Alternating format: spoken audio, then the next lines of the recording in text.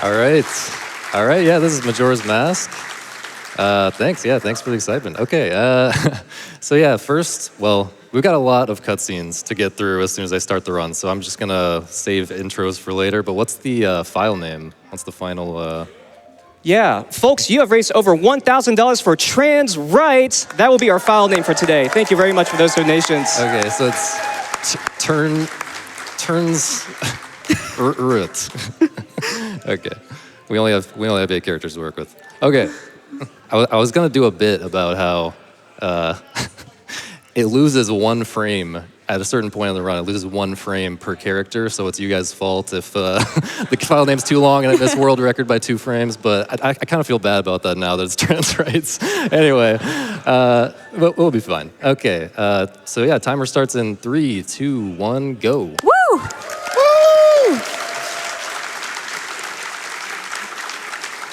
That was such a quick countdown. I wasn't ready for that. We've got professionals behind the camera helping us out here. We got a serious timer team.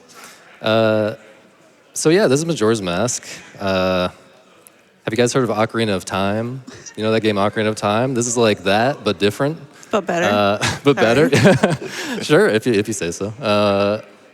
Yeah, this game has some pretty interesting twists on Ocarina of Time. I mean, Ocarina of Time itself is like kind of notorious as like a crazy speedrun game with tons of insane glitches. This is no different, but it actually has maybe more that are actually useful for the speedrun.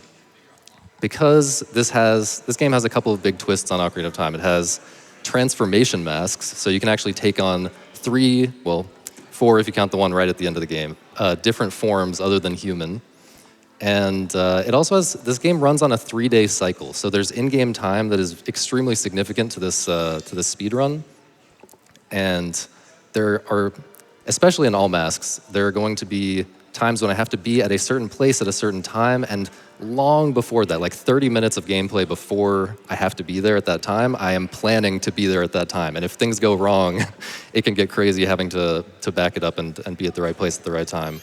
And yeah, there are also interesting tricks regarding the, how to skip forward more quickly in time or go back in time to make the route work really well. So we'll be explaining all that along the way.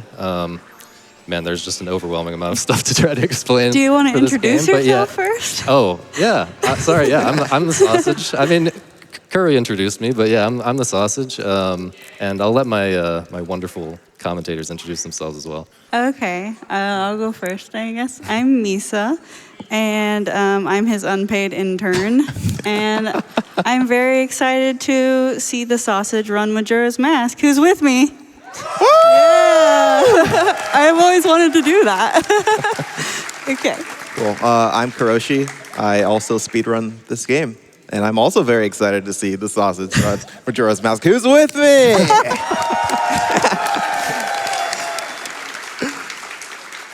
Yeah, I go by Imbued. I don't run this game, but I've been routing and glitch hunting for over a decade. Yeah. Yeah, Imbued helped a lot with this route. Yeah, I guess I should talk about that. So, well, first let me explain what NMG is, because that's always a big thing to have to clear up. So NMG means no major glitches. If you hear that, a lot of people kind of assume, oh, there's basically going to be like, it's going to be kind of close to glitchless. That is not true at all. It's not at all close to glitchless. We allow almost everything and no major glitches in this game. No major glitches is basically, it's kind of become the standard rule set in this game ever since we discovered 2 absolutely huge, completely game-breaking glitches that like, if you're looking at this run and saying like, oh, this has out of bounds in it, this has this and that, like, this shouldn't be called no major glitches. You're just saying that because you have not seen these two actual major glitches. Little fast movement thing right there, pop up onto that little mushroom. It's kind of precise jump. But yeah, you've not seen the actual major glitches, because if you allow those, the run becomes like 20 minutes long. Like, it's the difference between, like, the stuff that we allows us to, allowing ISG, the infinite sword glitch, which we'll explain later, that can allow us to skip like 1 or 2 rooms in a dungeon. allowing stale reference manipulation, which is one of the major glitches, that would allow us to skip all 4 dungeons entirely and go straight to the moon. So, yeah, it's really just everything except the complete, like, it's everything except stuff that would like allow arbitrary code execution, that type of stuff.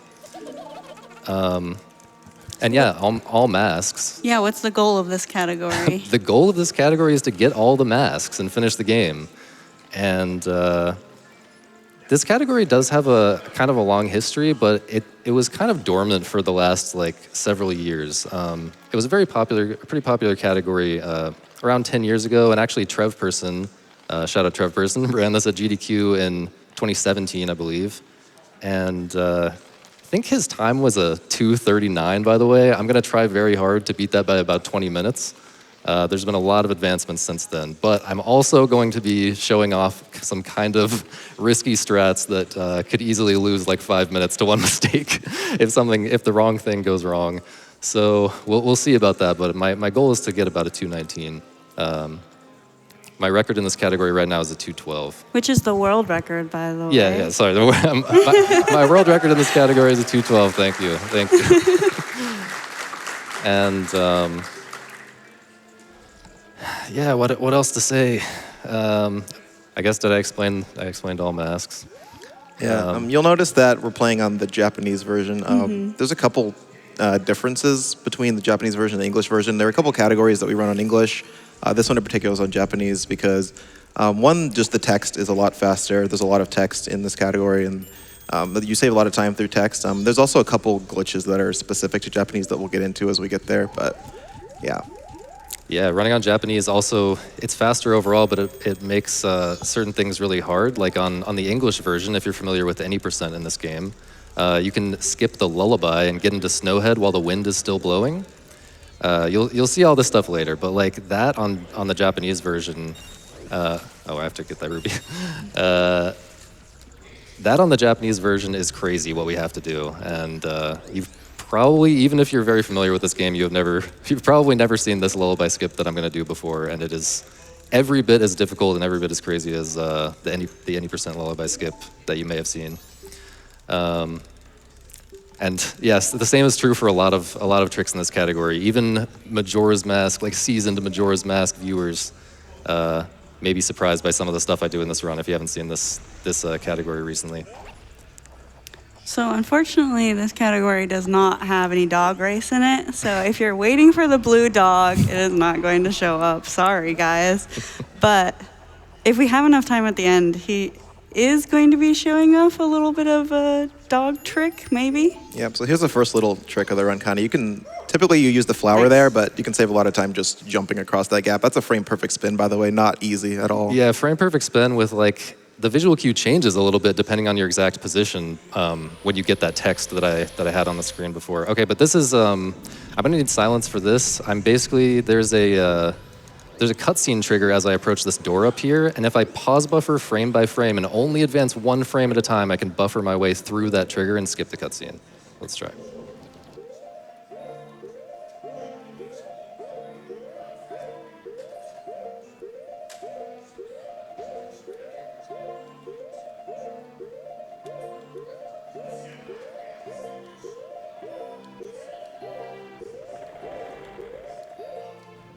There we go. Nice.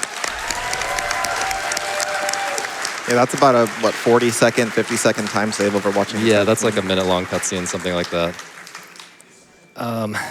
Yeah, we have a lot of stuff to try to explain. So another thing, if you're familiar with this game, you might be thinking, oh, first cycle, there's so many cutscenes. Still kind of true. Still kind of true in this category, but one major development in this game recently, shout-outs to the insane science team, the insane N64 Zelda science team, is there is a way to actually get 2 of the masks during first cycle with a new clip. And so at about the 10, 11 minute mark, something like that, as soon as we make it, we're gonna advance time as quickly as possible. That's the first thing we're gonna do, which is normal. But as soon as we get to night of the 3rd day, at that point, we can't, we basically have nothing else to do. We have to wait for midnight of the third day for something to happen so that we can get our ocarina. During that time, whereas in previous routes, we would have just like gone and farmed rupees because there's nothing better to do, which is really not that valuable of a use of time. Instead, we can actually get 2 masks while we're still stuck in Deku form. And yeah, stay tuned for that. So what he's doing right now is he's skipping forward time. Why is he doing that? Would anyone like to explain?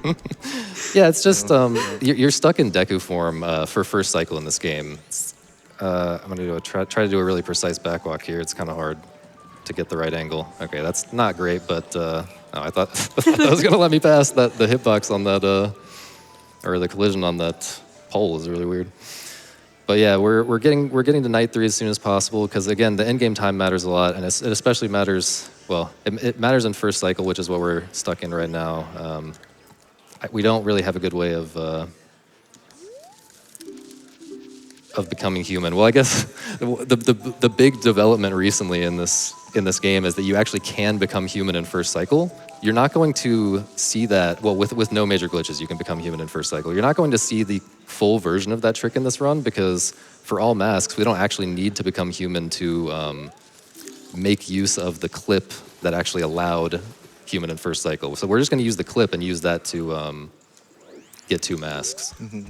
But Yeah, it turns out that on the Japanese version of the game, if you have a non-transformation mask and you enter the Honey and Darlie minigame on the 3rd day, the Japanese version you have a glitch where you can actually just use any item, where normally you can't on the English version, and putting on, say, the Keaton mask will actually turn you human. So you could actually become human in first cycle. okay, we're going to the laundry pool for some reason, and I'm going to do a hard setup and I need silence.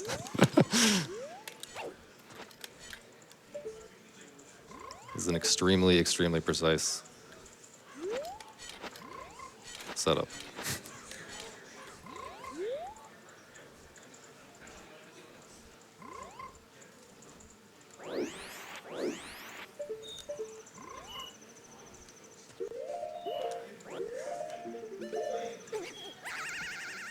It's not over yet. Not over yet. We're falling out of bounds right now. Bouncing up onto the water, out of bounds, so that we don't void out. And then we went into the loading zone behind this door.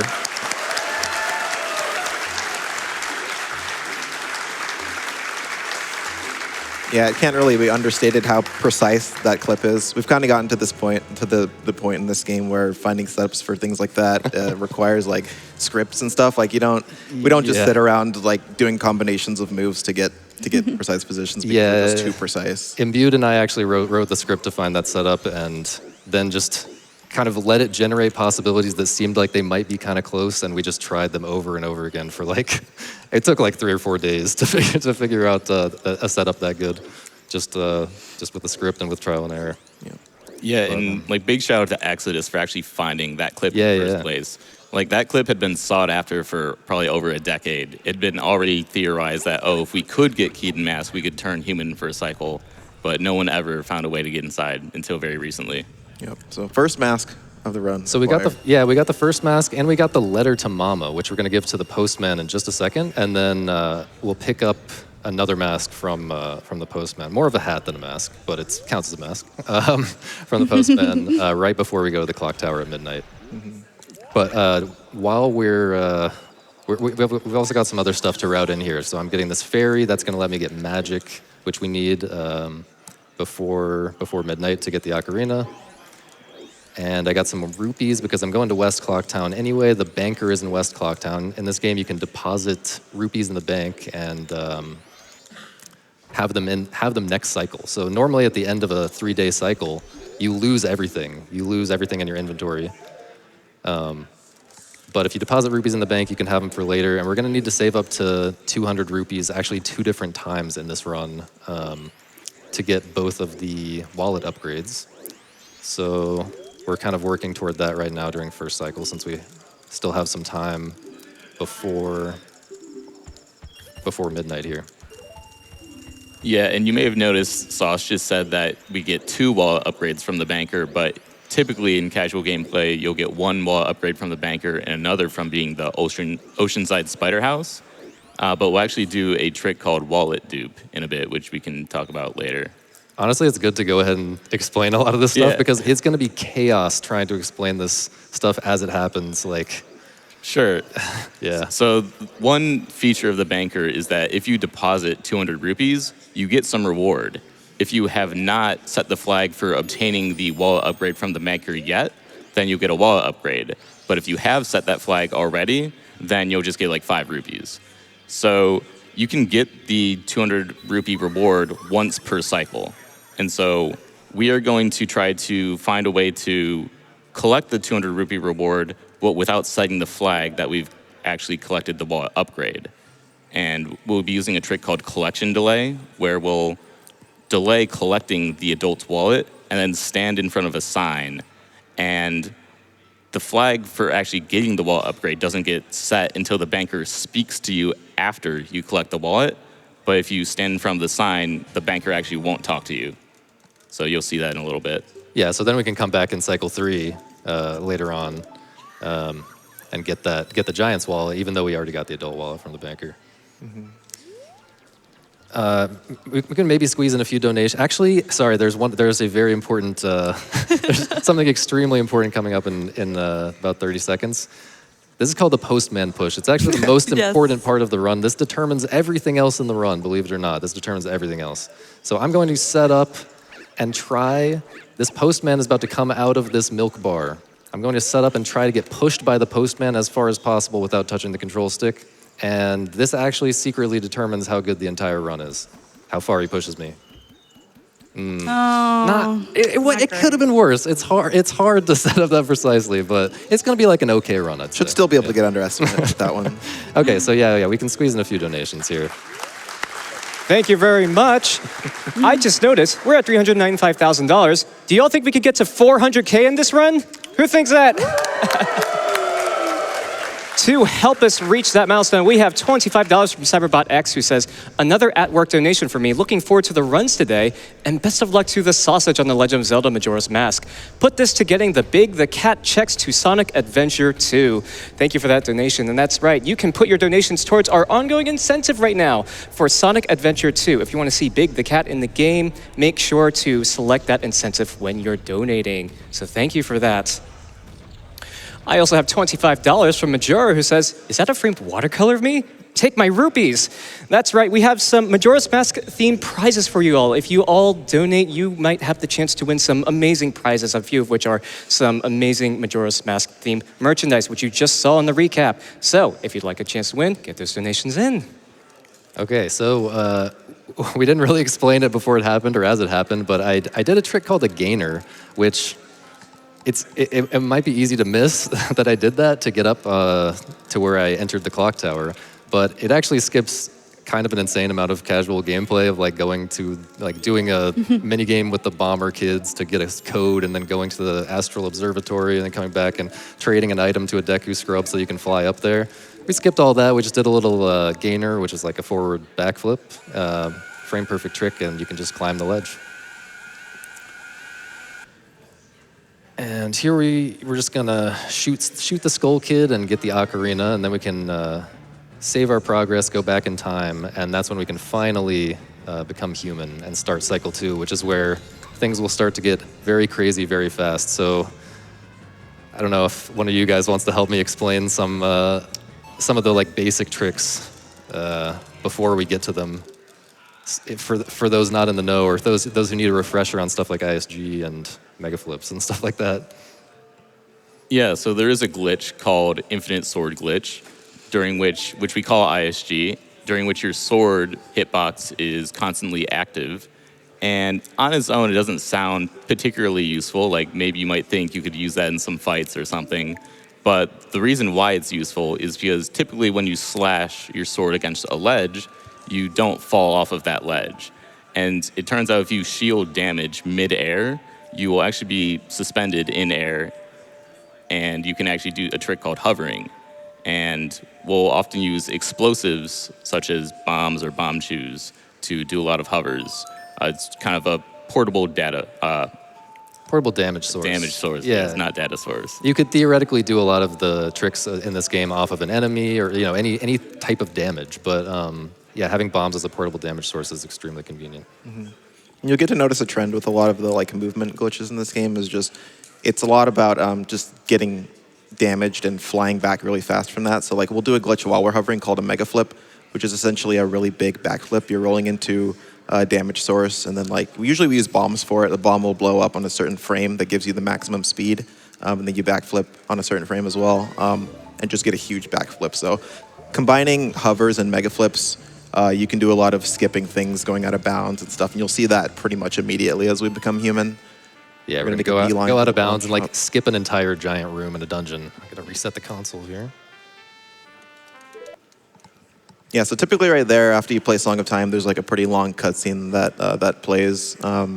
But when you press A on to save the game, or press A to go back in time, the game saves like immediately. So if you press A there, you can just reset the console, and you'll kind of just skip all of that cutscene stuff. You just when you reload the file, you're back here at Clock Tower. So now the first thing I'm gonna do when I gain control at the beginning of cycle 2 here is I'm gonna play Song of Double Time. The hardest song. And by the way, this Good is job. such a hard song to play fast. I need a round of applause every single time I play this song in this run. No joke. Playing it that fast. I mean, you can slow it down, and most people will just play it kind of slow. But I'll try to play it fast every time. If I get first try, I want a round of applause. But anyway, I'm gonna play Song of Double Time. So that makes it night 1. And so from this point onward, everything matters for in-game time until I get to the aliens bottle. Until I get to basically the aliens event, where the aliens are coming to the ranch to try to abduct the cows. I have to make it there on time to kill the aliens, and I have a lot of stuff to do between now and then. So this is kind of terrifying. But yeah, so I'll be managing the in-game time. I do have one major tool that helps manage the in-game time, which is the the inverted Song of Time. I said it inverted, or I tried to say it inverted. The inverted Song of Time will slow down time by three times slower, basically, or that's like 1/3 the normal speed. But I want to manage when I invert. Ideally, I want to manage when I play inverted Song of Time so that I can uninvert as part of a cutscene skip right before the aliens event. So we'll see. We'll see how well that plays out. I might have to play it safe if it's looking scary in-game time-wise. I might have to not do that or something. But just keep in mind that everything matters for in-game time right now. But we still got a few more chores in Clocktown. The Anju and Cafe side quest is something that we'll be doing throughout Cycle 2. I don't know, Imbued, do you want to try to explain the Anju and Cafe? Yeah, so I guess it's worth noting that there are a few side quests in Majora's Mask, some of which conflict with each other, so you can't do both of them in the same cycle. So, for example, we can't do both the Anju and Cafe side quest and the Blast Mask side quest in the same cycle, because this old lady comes into North Clocktown at midnight, and either her bomb bag gets stolen or it doesn't. And depending on either of those two outcomes, there are different things that different consequences. And so first we have to do the Couple's Mask side quest. You help Anju and Cafe, you return the Sun's Mask to them and get the Couple's Mask. And then next cycle, we'll be doing the Blast Mask side quest, which allows us to get the All-Night Mask in the Curiosity Shop, since the bomb bag was never sold by Sakon to Curiosity Shop. Yeah. So yeah, what else do we really need to explain in advance? I guess the first big trick that I'm going to be doing after I do a couple of chores in Clocktown and fill up on explosives and do that bank dupe, the wallet dupe setup. The first thing I'm going to do is go and hit the Hidden Owl. So the Hidden Owl, this game has owl statues, and if you hit one of them, that allows you to fast travel to that point, later, whenever you want, using the Song of Soaring. But there's actually a secret owl statue. We call it the Hidden Owl. And the reason why it's there is because they had to put something on the West Clocktown map so that when you look through the loading zone that goes to South Clocktown, it looks like the South Clocktown owl statue is there through the loading zone. But because you're actually in a different map, it's not the same owl statue. It's just a dummy owl statue they put there. And it turns out if you have an owl statue hit, but not any of the like real normal owl statues, that gives us some interesting properties, and that basically lets us fast travel to places we have not been. I guess I'll leave the details of that a little bit fuzzy still, but that's the reason we're going to hit the Hidden Owl first of all, and then right after we hit Hidden Owl, we're basically going to beeline to learn Song of Soaring, because then we'll be able to travel basically anywhere in the world very quickly. But yeah, the way that we're going to get to the Hidden Owl is we're going to go kind of out of bounds around the loading zone with by using ISG, which we explained a minute ago, and hovers, and a mega flip. But the reason we wanted to do all this explaining early, if possible, is because some of the setups you're going to be seeing in this run, like, are pretty crazy, and there's a lot of extra stuff to explain on top of everything else. Oh, that's weird. But yeah, so there's an especially crazy setup for the Hidden Owl hover that is. I'm going to try to go for it. It's probably the hardest trick in the run, or the hardest thing that I have been going for. So what makes it hard is just that. Well, why did I go through the load zone? I thought I was playing any percent for a second.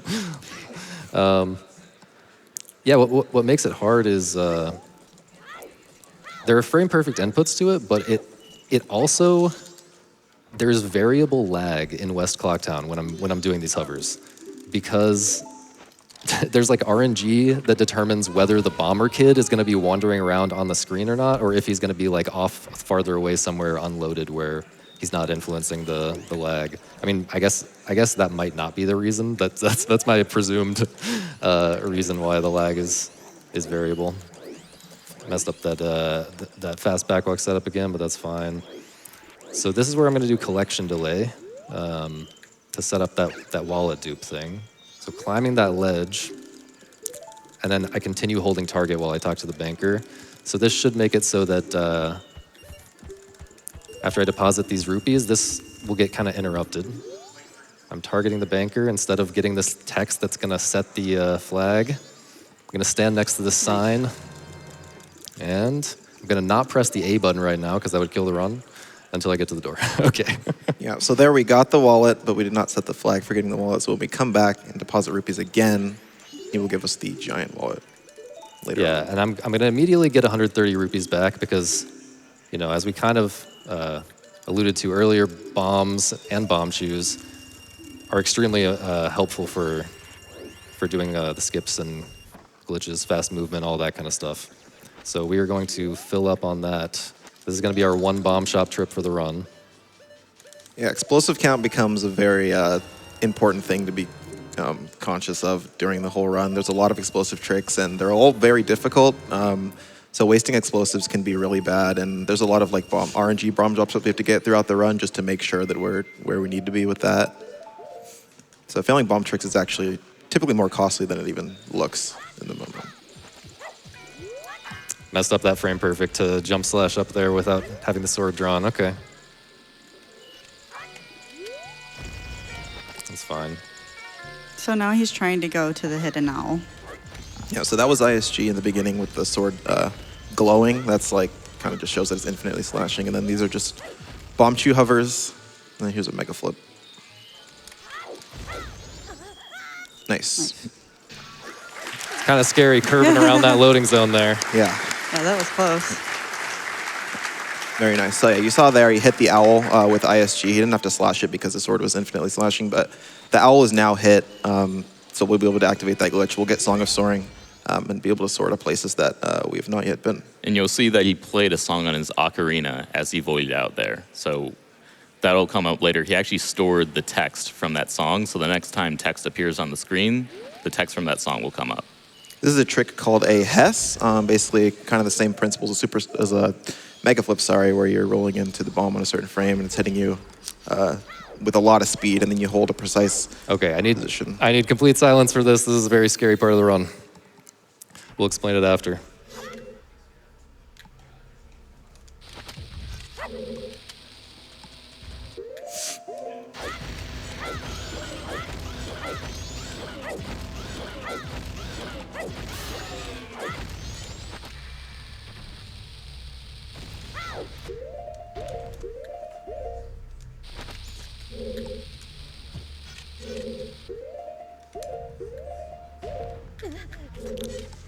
Nice.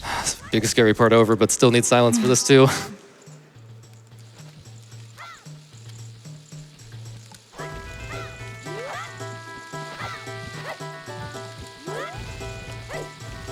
That's not gonna work. I'm gonna do the backup. Not quite high enough. You have to be at a very precise height from those hovers, and doing it with just 3 bombs to save choose is very hard. Not a big deal. We can use this flower over here. I am gonna have to keep this in mind because this is losing a lot of in-game time. So I'm probably gonna invert a lot earlier than usual because of this.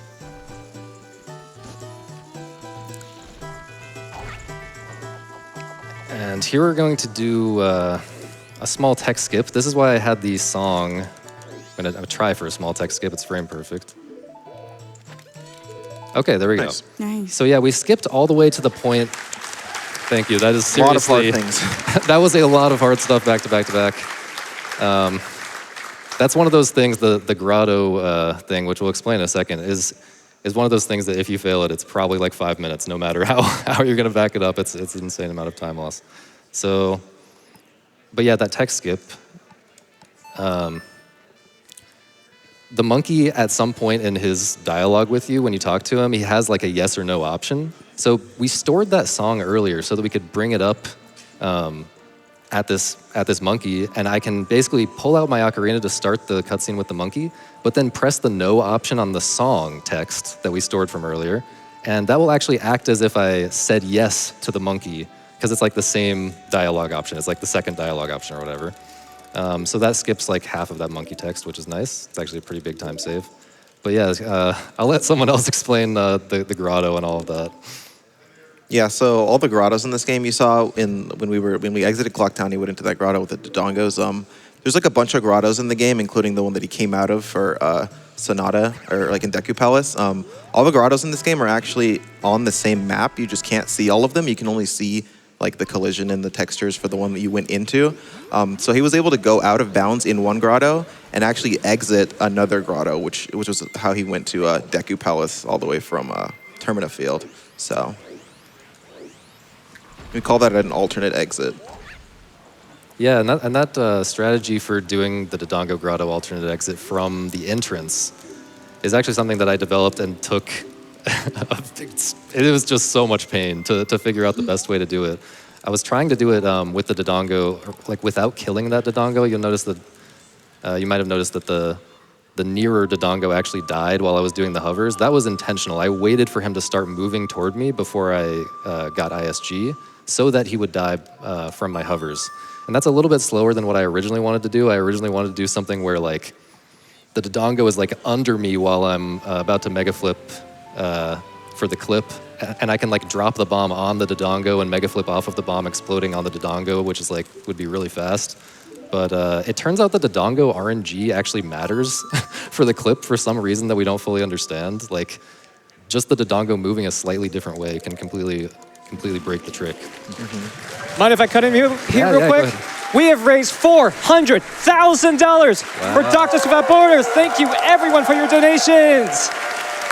Congratulations to that.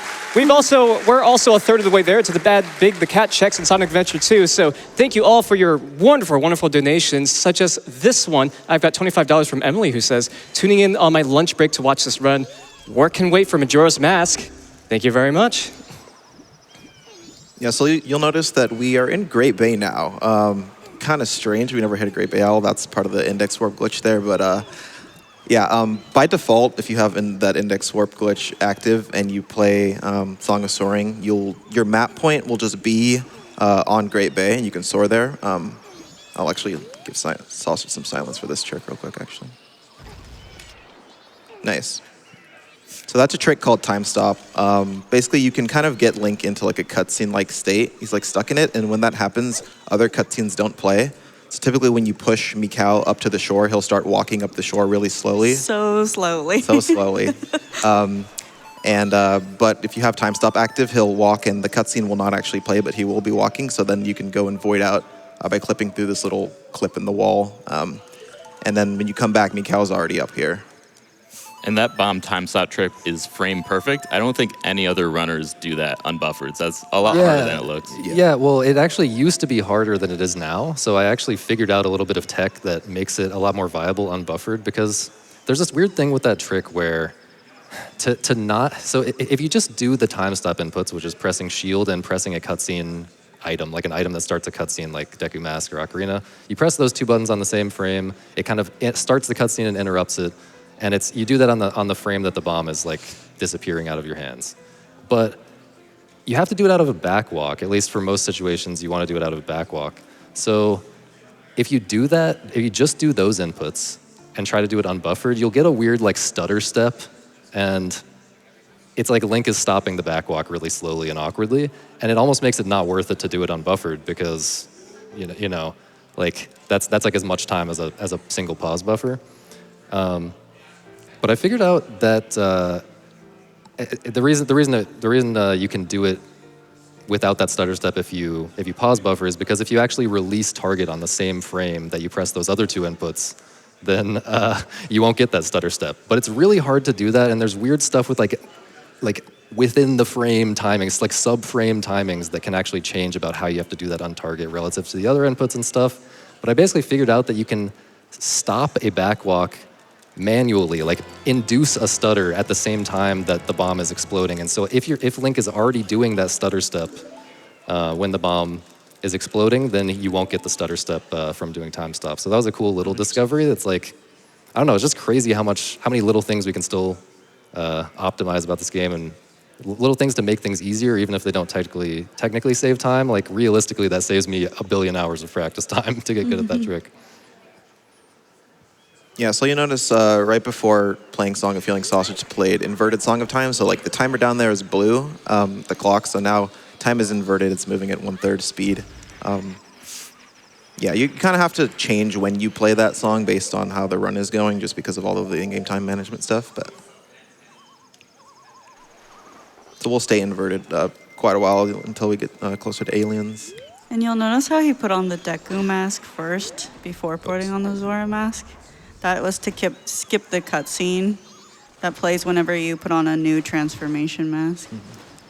Yeah, if you put on a new transformation mask for the first time from human form, you'll get like a 5-second cutscene where Link is like screaming in terror, and we want to spare you guys from that if possible. So you can just be a different form and then go to the new form, and you'll skip that. Yeah, so I didn't really finish explaining index warp there, but you'll see subtly there, Sausage put his cursor on was it the Woodfall map point or the Clock Town Deku map? Palace? Yeah. Deku Palace map point. Basically, with index warp active, your cursor is just going to automatically go to a map point. Typically, that would be where you hit an owl statue, but it'll go to a map point, and that corresponds to where you put your cursor on the map screen before you play the song. So we have, depending on where you put your cursor on that map screen, it's going to go somewhere different. So putting it there in Deku Palace sends you to Mountain Village. And then if you don't put it anywhere, you go to Great Bay. So that's why we went to Great Bay first. And you'll notice we just went to Zora Hall seemingly for no reason, but that was actually just to collect the map point so we can soar back to Zora Cape later. I tried for a ridiculously hard trick there. Especially hard if you're a little bit nervous like I am right now. But I can just do this backup. Nice. No big deal.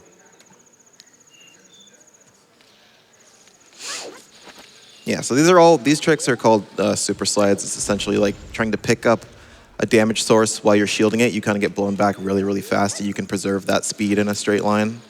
So you'll see that a bit, and then you'll also see the variation where you're able to move with it, which is called a Hess.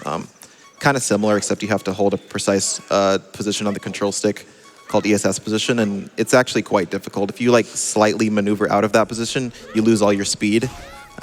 So the Hess is pretty difficult. Gonna take that damage intentionally. We're about to do a death warp here, because if you die in this cave, you actually get sent all the way back to like the beginning of the previous map. So I guess that's a thing about any map that you die on. You get sent back to the beginning of the previous map.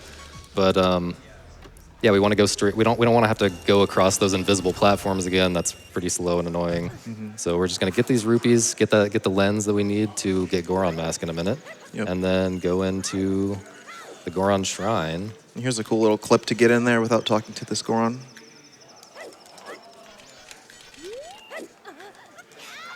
Nice. Right in the load zone.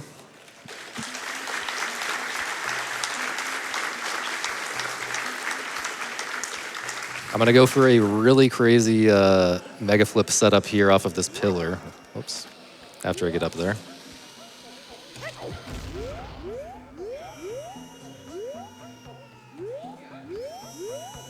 Apologies for the crying baby. Yeah. We can't help you right now. I'm sorry. This is not a 100% run.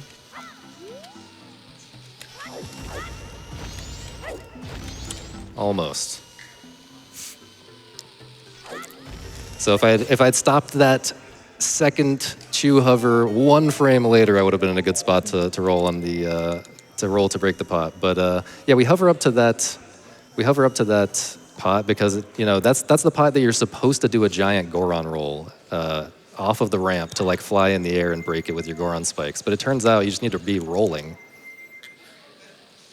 Here we can do a super slide using the sirloin, and then the bomb is our damage source still, and then you can actually pick up the sirloin right there. Try for another one. This one's a little trickier.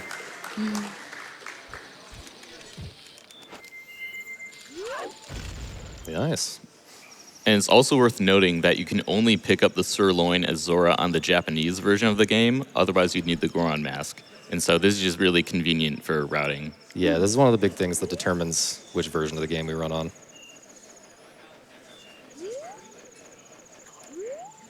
Got time for a few messages?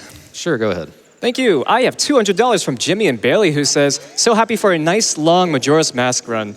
Always a treat. As well as $50 from Kikru Wolf, who says, Zelda hype. I'm so sorry. Lesson 3.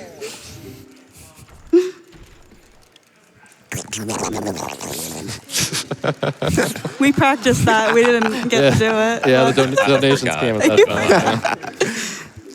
Yeah, that's the sound of the Goron eating the rock sirloin, if you couldn't tell. Woo! So yeah, this is another kind of scary trick. I'm going to go up on this seam, walk on this seam with a very precise setup. This is going to skip climbing for like an hour to get up to where Goron Mask is. Again, you can't fall off ledges with ISG, so that's why we had to get ISG first here.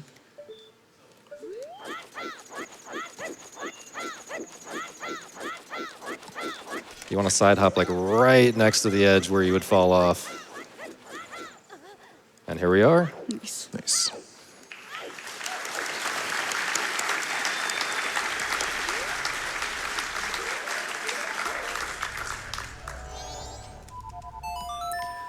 Yeah, so this is, we've already got all our transformation masks here after we get Goron Mask from this cutscene.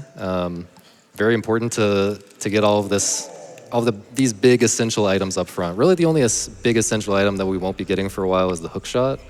For various reasons, it turns out for the routing to be better to delay that for quite a while. I guess it's really just like, we need a bottle when we go to Pirate's Fortress. We want to have a bottle before we get there so that we can catch an egg. And we're getting the bottle from the Aliens event because we have to do the Aliens event anyway. So it's better just to use the bottle from that. And yeah, we've got to do a bunch of other stuff before Aliens. So all this stuff is determined in a very complicated way in the routing. Let's see what else is coming up. Woodfall Temple is kind of the next big thing after I get this mask. So yeah, first dungeon of the run, we're going to get the bow, which we absolutely need for Aliens and many other things. And then we're going to try to finish the dungeon and kill Adalwa and get our first boss remains. Basically, the structure of this game is you need the 4 boss remains, and then you can go to the moon and fight Majora and all of that stuff.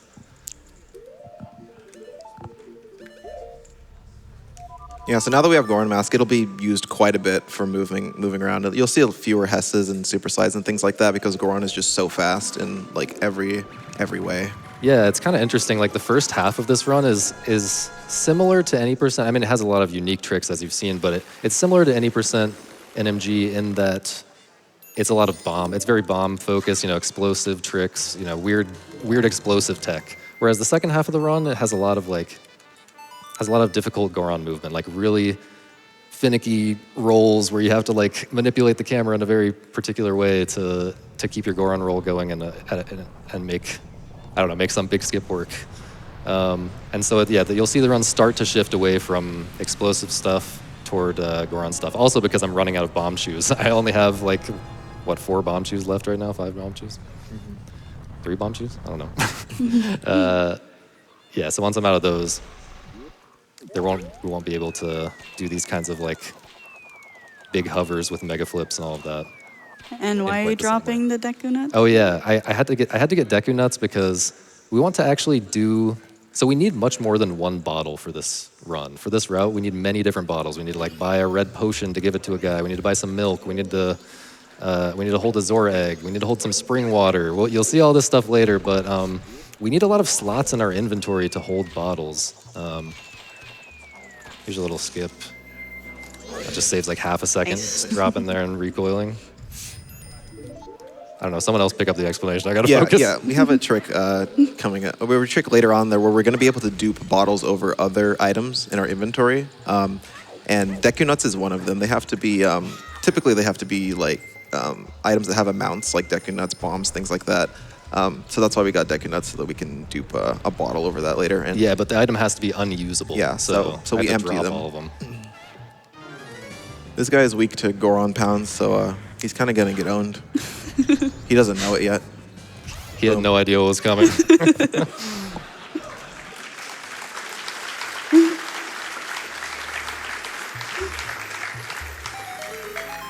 Yeah, so there's the bow, and then we're going straight into a very difficult trick that I need silence for once again. We're going to try to clip out of bounds in a very awkward way, and then do a bunch of mega flips to get to the boss, the loading zone of the boss room on the floor below us.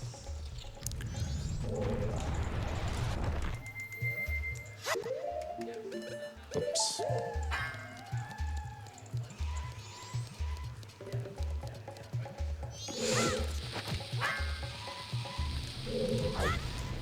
Gotta start this over here.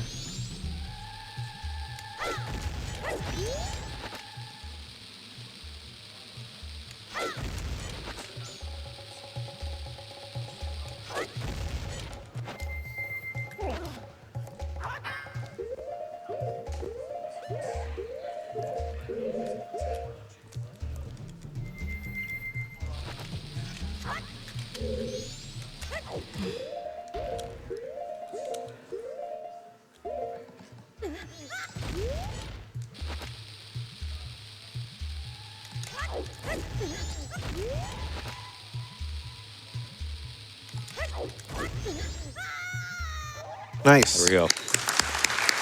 Deep breath getting that one. Yeah, I actually did an easier version of the setup than what I normally do in runs, and I obviously buffered the mega flip as well, which I wouldn't normally do, but yeah, that's just still terrifying. And again, that's like a 5-minute type of time loss if you fail that. Yeah, you'll see we have 0 chews left over after that, so if you make any mistakes there, it's quite bad. Oh, I got away from him.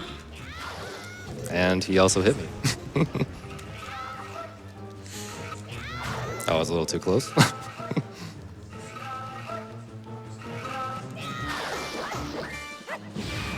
just... There we go. There we go. Yeah, it can be a little awkward if he gets away from you there just once. So in-game time is looking pretty good. We're kind of coming up on the Aliens event here. The Aliens event kind of happens around like 3:30 a.m. in-game time. We're a little after 2 a.m. We have a few more things to do after these cutscenes. But it's looking pretty good. I think I'm probably still going to play it safe and not do the little cutscene skip with the uninvert thing that I mentioned earlier.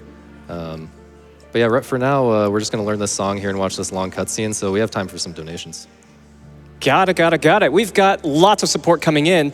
If you are on a desktop computer, you can donate using our Donate to Charity button on our Twitch page. Make sure you authorize the Twitch extension for GDQ when you donate. And then when you donate, within 15 minutes of that, you can apply your donations towards some of our wonderful incentives and bid wars going on, such as the language choice for Octopath Traveler and character choice for Kingdom Hearts Birth by Sleep Phonics HD. But if you're also here in the room with us, you're also free to donate and support our wonderful runners and couch here, such as $25 from Chris, who says, hello from the audience. So excited to be here for my first GDQ in person after watching online for 15 years. Hype for The Legend of Zelda and MSF. I also have $50 from Iwala Koala, who says, greetings from the live audience. I'm a simple viewer. I see Zelda game. I donate during Zelda game. Good luck on the run, sausage. And $50 from Calamity Nolan, who says, are we going to go through this entire run with no Zelda puns? That seems highly unlikely.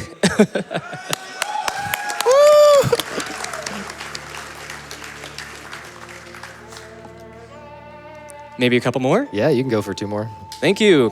$100 from Inquiry, who says, when the moon in the sky crashes down and on fire, that's Majora.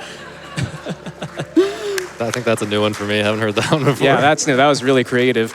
I also have $10 from Puzzle Kitty, who says, OMG, it's so nice to see my favorite streamer at GDQ. Here's a few dollars from me and my cat Ghost. Puzzle Good Kitty, luck. love you. Shout out Puzzle Kitty Shout out and her Puzzle cat Kitty. Ghost. Yeah. Okay, so yeah, like I said, we're coming up on the aliens thing. That's gonna be a little scary, but yeah, I'm gonna wait to uninvert right before we get there. But before we get there, well, I guess there's still a couple tricks before we get there. First of all, we're going back to Clocktown to pick up a couple things. First of all, to progress the Anju and Cafe side quest, which we have to do it sometime during the first night. We have to meet Anju, and you have to meet her in the inn, but the front door of the inn is actually closed at night. So there are many ways to get into the inn. You're supposed to be able to do it casually. You're supposed to be able to get in through other doors, or through the other door. But we have a very fast new way of doing it. Shout out Pushy Masumi for the setup that I'm going to be doing. But it is a double frame perfect trick, so I'm going to try it, and if I fail it, I'll just do another option that's like 4 seconds slower. But I'm going to try to do a Goron Pound up into the air while moving at just the right spot, so that I can just pop right up onto the roof of the inn. And you wouldn't think that you could do that, but you can just barely do it with just the right setup. So there's that. And then the big thing that's coming up is something called an A-slide. And I'm gonna go ahead and explain what I'm gonna be doing for that on the way to, so the A-slide is to get past the boulder in Milk Road, which is how we get to the aliens event.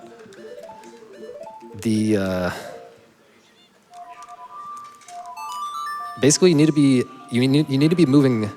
Well, it's something about the A slide in particular relative to other glitches that give you tons of speed. There's something about the way that it makes Link, like, his animation gets all janky and he like disappears underground and stuff like that. That lets you clip past the boulder. And the problem is, an A slide has always been considered a TAS-only trick. The way the trick works is you have to, well, in this case, you have to hold 2 buttons. You have to hold the L button and the R button. And then you have to you have to alternate frames on the control stick so that one frame you're in neutral, and then the next frame you're holding a direction. And then the next frame you're in neutral, and then the next frame you're holding the same direction again. And so forth, for long enough to keep enough speed to get through the boulder. That was considered not RTA viable for a very long time. Here's that little roof thing I'm gonna go for really quick. There we go. Oh, I thought that was good, actually. I'm not really sure what went wrong there, but here's the backup. Quick gainer up there as Zora. Just takes an extra mass transformation, not a big deal. But yeah, so for the A slide, the way that we figured out to do it as a non-TAS is, what I'm gonna do is I'm going to prop the controller. I'm gonna like hold the controller up against my torso and my leg in a very particular way, and then I'm going to hold the L button with my left thumb, the R button with my left pinky finger, and then I'm going to mash the control stick. Well, I'm also gonna roll for this trick by pressing the A button with my right pinky finger, but then I'm going to mash the control stick while holding the controller against my body in a very awkward way. I'm going to mash the control stick in a very controlled way. It's not just that you have to mash fast, it's that it has to be very controlled. You have to return perfectly to neutral every time. So here we're just picking up another mask by healing this guy with our Song of Healing. And this is where I would normally do that cutscene skip by pausing right after this song and playing another song. But I'm not gonna do it because I don't we want to see his beautiful dance. Because we want to see his beautiful dance. That's exactly why. Yeah. Yeah, shout out Kamaro Dance. But yeah, I'm gonna be going for that A slide. I have a backup in case it's not working. It's a very, very hard trick, but I have to do a very controlled mash. I'm also going for. I also really need a bomb drop right now. I have 5 bombs right now at this point in the run. Each of these little grass patches has a 1 in 16 chance. Okay, there's one. I'm gonna just check this really quick to get an extra one if the game wants to bless me, but it does not seem to. Oh, Bless. There we go. okay, we're blessed. Ooh. That was actually 2 extra bomb drops. We filled up to 20. Shout out to Trevor. Okay.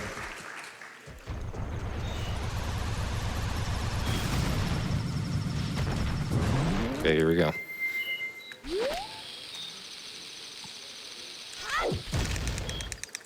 There we go. Oh, I lost my speed right there at the end before going in the load zone, but you could see I had a lot of speed coming through there. That is a very hard trick. That was so Path good. only trick. And now we're super duper early, so I gotta equip the ocarina and uninvert. Okay. That's some great tech you're showing off. Mind if I give you some love here? Yeah.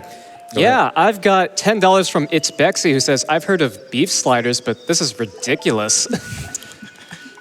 I've also got $50 from MZ, who says, I see this all masks run is NMG, but if you want to use an extra glitch or two, don't worry, I won't tattle.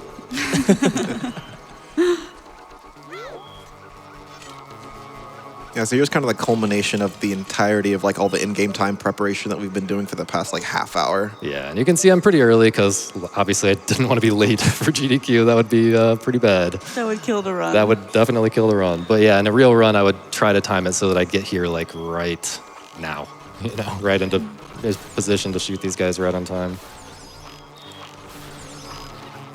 One guy through And the this barn. house has no hitbox. Like, there's no...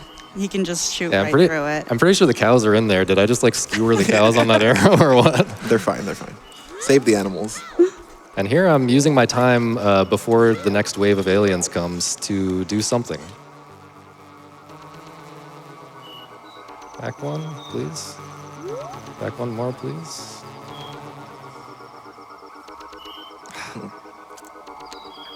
I think I'm going to abandon this at this point and just, yeah, I'm gonna play this safe because what I was trying to do is set up for a super slide that would have clipped me out of bounds, and I would have been able to skip an upcoming cutscene.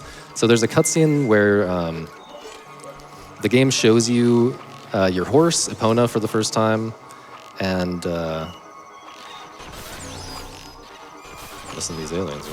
I'm standing at a different spot than normal. Okay. We could have basically voided out at the same time that we entered the area, the space that triggers the cutscene. So that would actually skip the cutscene. But instead, we're gonna have to watch it right here. Hopefully, get a magic drop. Okay. We're gonna have to watch it right here. That's no big deal. It gives us time to explain why I just took a lot of damage from that alien. Someone else take over though, because I gotta focus on this. Hey, you want to talk Imbued a little bit about like what's going to be happening at the ranch? There's a lot of stuff going on. Yeah, so Sausage is about to do that time stop trick again, but he's going to be doing time stop in front of a gossip stone. The gossip has weird interactions with time stop. You can actually play the ocarina while moving around, so you're not stuck in the ocarina state. You can actually move around, and he's going to do a death warp while playing Song of Double Time, and he will say yes to the Song of Double Time text, which will actually reset the day to day 1, because we need to get Epona, but we can only get Epona on day 1. So it's like it advanced the clock, but the death kind of interrupted the day transition thing that was about to happen and set it to day 2. So it's like it advanced the clock back to morning, but it didn't set it to day 2. So we're back at the beginning of day 1. And here's where he could have saved a few frames, but... We're about to lose time to the file name. Oh. Right.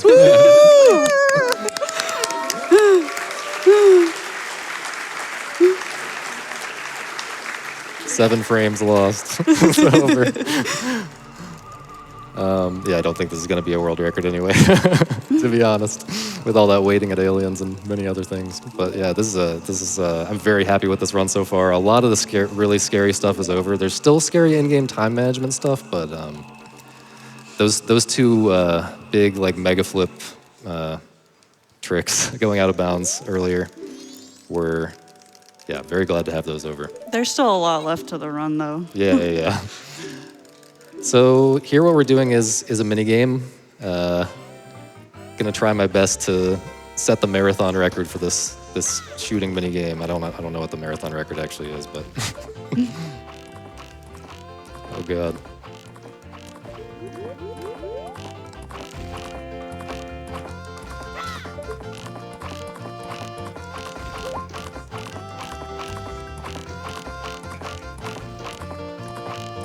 Okay, not terrible. Yeah, 22. that's decent. You know, I'd like to get like a sub 20 in a run. That was a little awkward, but yeah, not bad at all.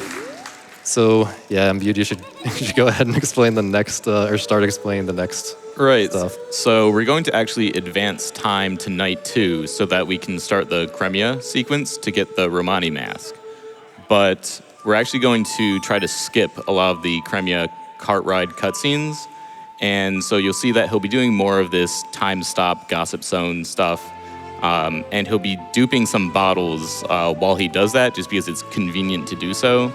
And he'll do another day reset when he talks to Kremia, and that'll actually stop the cart cutscene from happening, and we'll get back to that later. But you'll see that he'll actually be able to continue the cart ride sequence from a later point. I just turned Deku just to drink because Deku has a giant mouth, so he drinks the thing like 20 times faster than any other form. Gonna try to do a Hess after catching these bugs with a bomb that I have to drop ahead of time. So here's the bottle duping trick that we talked about earlier coming up. That's unfortunate. Yeah, I turned in such a way that I couldn't actually see the bomb visual cues. So yeah, I can just roll right over this gossip stone, and this is where this crazy sequence is about to happen. Yeah, and he can't pull another bomb because it's very important that he has the bottle in his hand for this time stop trick. And there, that error sound was him trying to use the... Oh, and you did the song of double time without No, messing no, up. I actually did mess it up. You did mess it up. I got a second try. Thanks anyway, though. So there's a bottle over his Deku nuts now. And he pulled and canceled Ocarina there because the Gossip Stone was actually not active anymore after he sung of Double Timed. So that's just a little subtle thing that he needed to do. So I'm duplicating over the nuts that I got earlier, and I'm also duplicating over the bomb shoes since I used my last shoes in Woodfall. So we don't have bomb shoes for the rest of this run now. And that actually does influence the routing a little bit. I mean, it's more the fact that like we could refill on shoes if we wanted to, but yeah, we're gonna do some crazy stuff. There we go. There's a first try for you. Nice.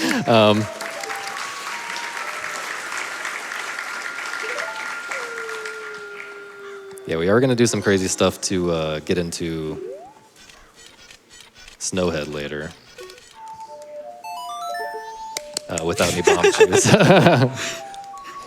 Okay, so I'm talking to Kremia. I just stored that song. I say yes, but then I immediately say yes to the song as well, so that sets up for the cart ride cutscene skips later.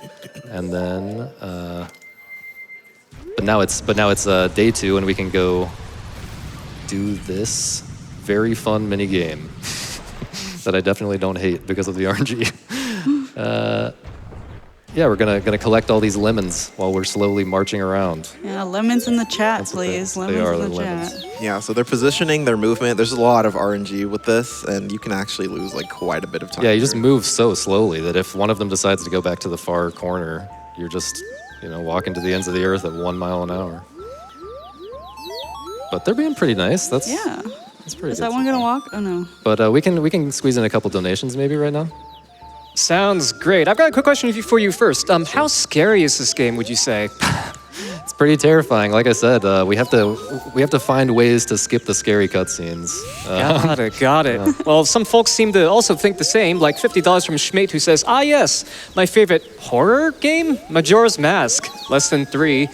As well as $50 from Neffy who says, take my rupees for the only Legend of Zelda game that gave me nightmares and I never finished.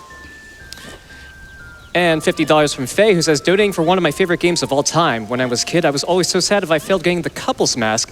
Thanks for helping heal my childhood trauma, Sausage.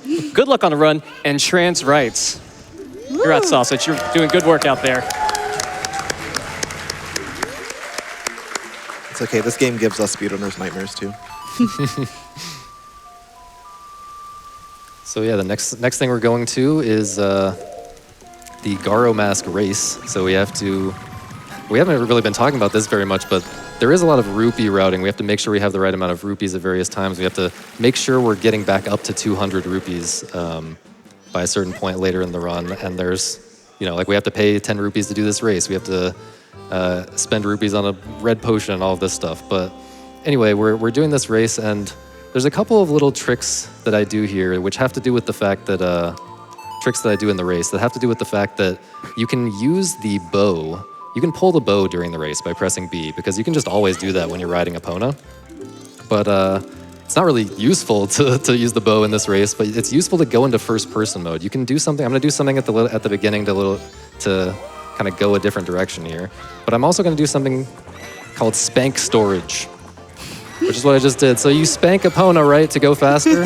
I'm going into first-person mode to interrupt that spank so that the carrot actually gets used immediately, but the actual spank and the speed boost that comes along with that, those get delayed.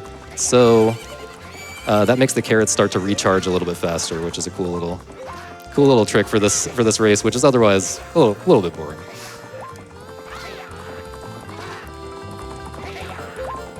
Although it is tricky to optimize. I don't think I've come that close to like the world record for like just this race. There's some guy who's like some rando player who's like gone crazy optimizing this and gotten like a low 45 or something. I don't know. Like a 45 at all is good for me. Anyway. So yeah, next up is the second part of that kind of cart ride skip that we started earlier. So if I Song of Double Time and then walk in the like one frame before this cutscene starts. Okay. Thank you. Yeah.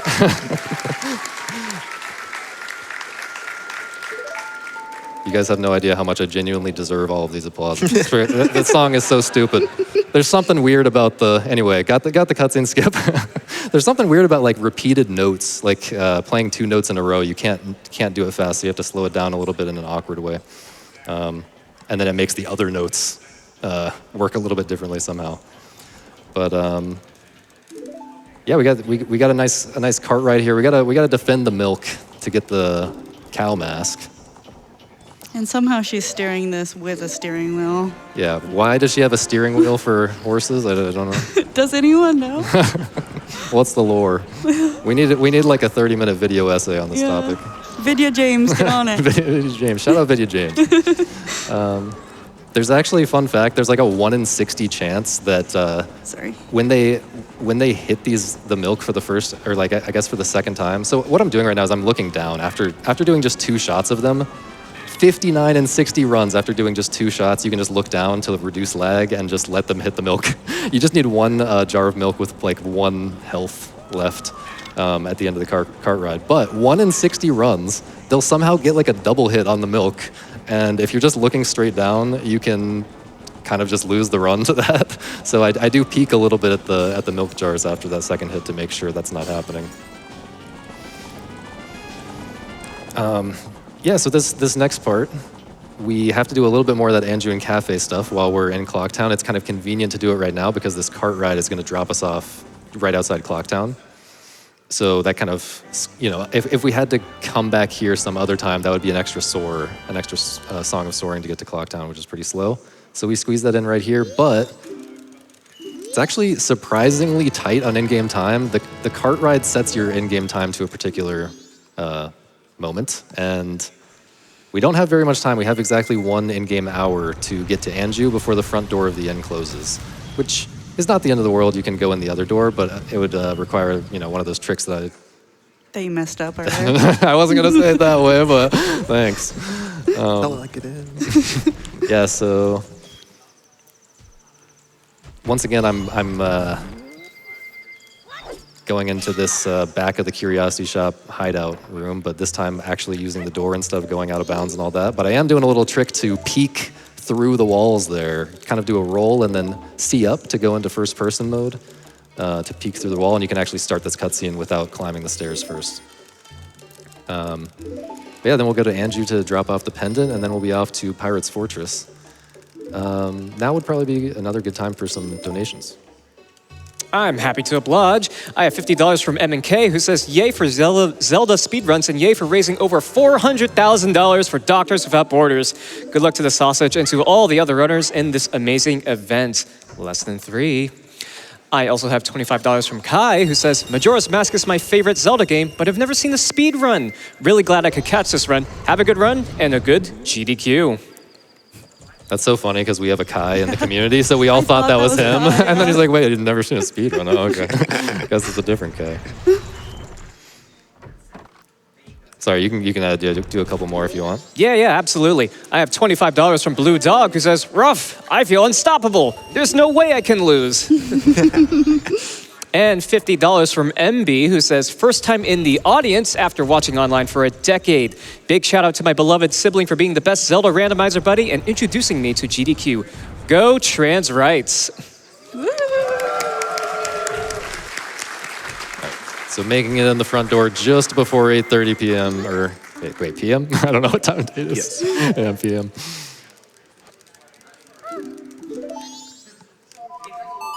Okay, once again, soaring back to Great Bay, and we're going to go to Pirate's Fortress and get a Zora egg. We only need a single Zora egg. If you played this game casually and haven't seen a speed run, you might remember the Zora egg catching side quest, and especially if you don't have very many bottles, it is extremely painful catching all of these Zora eggs from all these different places. But in the speed run, we only need one. We're going to do a duplication glitch, which we'll talk about later. This is a super swim. I actually went for one earlier off of a lever, off of an enemy. But this makes it quite a bit faster to get, basically maintains all the speed from a bomb pushback. Quite a bit faster to get over here to Pirate's Fortress. And then I'm gonna go for a trick here that's a little bit hard with the setup, but I'm gonna try to super slide into the cutscene, and I can actually keep sliding during the cutscene, which is Japanese only. It's a little bit late. So yeah, I could have done a super slide and slid underwater all the way to like where I'm trying to get to. So I basically only would have had to swim upward to the surface. But here now I gotta wait for these pirates. Don't want to get caught like I did in my practice run yesterday.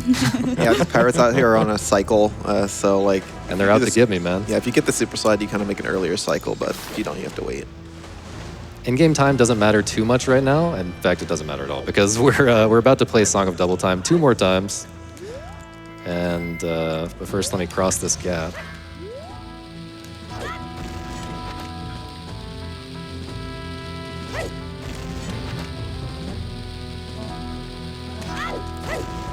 Nice.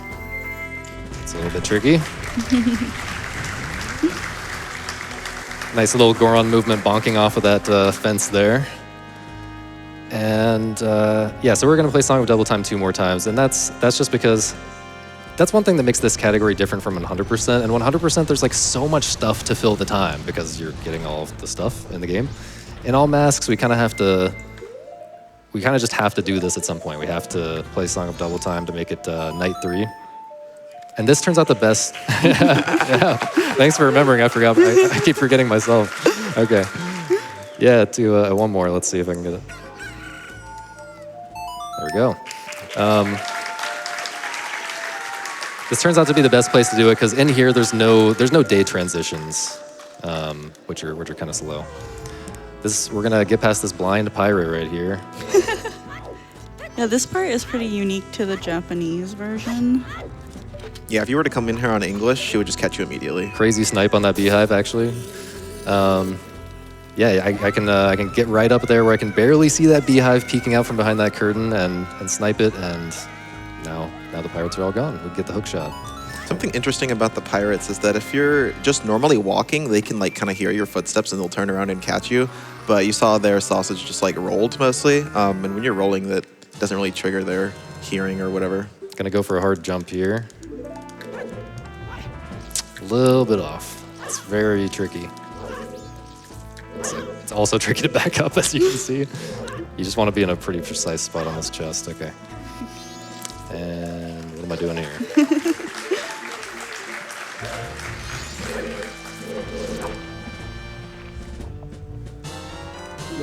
Okay, so he got the one egg that he needed.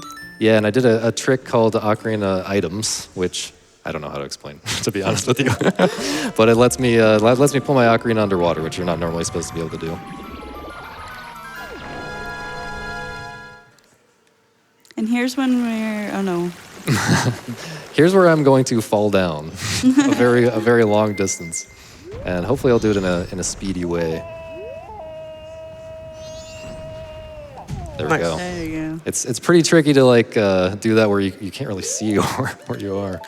Yeah, Goron actually falls faster than the other forms, and Goron also has almost no aerial drift, so that's like harder than it looks. And there was a little setup that you can do to just clip directly into this house. Yep. From the behind. That is another place in the run where you can kind of get owned by like a really rare, like 1 in 100 or less type of RNG scenario where the skull bubble, that I guess it's just called a bubble. I forget what it's called. But yeah, the flying skull can just be in your path for that setup randomly, and that's quite a bit of time lost. Glad that also did not happen here. But yeah, we're after we get the Gibdo mask here, while we're on the way, we're gonna go to Sakon's hideout, which is kind of scary. There's kind of a complicated, confusing sequence of tricks that I'm going to do to make Sakon's hideout go as quickly as possible. In casual gameplay, you're supposed to switch back and forth between controlling Link and controlling Cafe. And, but we're going to skip all but the very first Cafe segment here. But first, to get there, I have to do a big roll off of this cliff here. And again, there's a skull that's in my way if I don't build up magic over here. I'm actually gonna start this over and roll from over here because that was looking kind of awkward. You can roll just barely around that tree and get those drops, but it's very tricky. So here we are. I can actually just jump right into the load zone to get to Sakon's hideout. And now I'm going to focus and let someone else explain this. So he's catching bugs so that he can do the time stop trick right here. So he's pausing right before this cutscene starts, and he gets time. Over buffered there. So what exactly do I do to back this up? Should I still try to drop the bugs on the Switch? Do you know? I don't think it matters. I don't think it matters. Yeah, I think I'm just gonna have to do the first part casually. So yeah, I could have time stopped to skip this little cutscene right here, and then done just one little segment with Cafe, and then do some hookshot shenanigans to. Yeah, if you want to see that trick, you'll just have to follow the Yeah, sausage just have to follow me on Twitch. on yeah. Twitch and see him do it another day. Real. Yeah, you have to mash for that pause as you're entering there, and then you have to buffer a few inputs to get a time stop. But not a huge deal, just a few extra cutscenes right now. But now we're back on the route here. Except I'm going to drop these bugs because I was supposed to drop them as part of the trick, and I don't want to mess up my whole route here. Okay, but I'm going to try to hookshot clip through the wall here, and then up onto this thing. That conveyor belt actually has invisible walls that go up really high. It would take maybe 8 hovers. Yeah, it's to 8 hit up, hovers. so Yeah. that hookshot clip is really fast. Yeah, and it's kind of scary side hopping across there. If you like try to move the wrong direction, you can easily fall down and get soft locked. Not really soft locked, but you have to like soar out and start all over.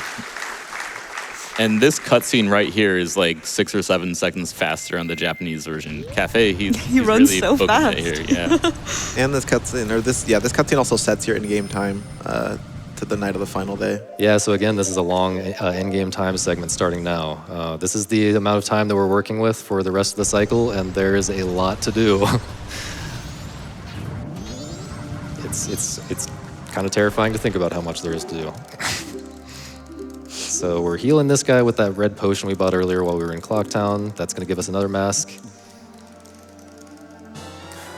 And then I'm gonna try to do, it's RNG based whether I can even go for it, but there is a fast kind of jump up onto this ledge by damaging myself with a skull. It looks like I can go for it here. Let's try it. Okay. Nice. Ooh, nice. You have to kind of manipulate that guy's movement, and that guy wants to hit me too. Thanks, man. Yeah, so now with this health, I'm actually gonna get an extra heart drop. Usually I would go for this one heart drop that's kind of on the way up here, but I'm gonna go for the multiple hearts that are in these bushes at the very top. Because there's some kind of scary stuff coming up. Okay, that's fine. Gotta lock in again for this, but someone can explain if they want to. So this trick is a weird shot where essentially he holds the direction on the control stick while taking knockback damage, and I guess the game reads garbage data and does something weird with the animations, and you can just hookshot from below. And that trick right there was really hard as well. Yeah, that's another double frame perfect with an awful visual cue. But that skips a huge mini boss fight and all of that. There is a backup you can do, another strat, but it is also double frame perfect, just in a slightly easier way, and you can buffer it. But yeah, so that's another mask. We're kind of just racking up masks here at this point in the run. Here we're going to get the Deku Princess. So one of the kind of longer mask, like individual mask quests, is to get the Mask of Sense. To do that, you need to do the Butler Race. To do the Butler Race, you need to save the Deku Princess, and you actually can do that as soon as you finish Woodfall. Like we could have picked her up here when I finished Woodfall Temple earlier, but works out better to do it. Works out better to do it here. So I'm doing a very precise setup here. While the screen is being very annoying because of the in-game time and shaking on me.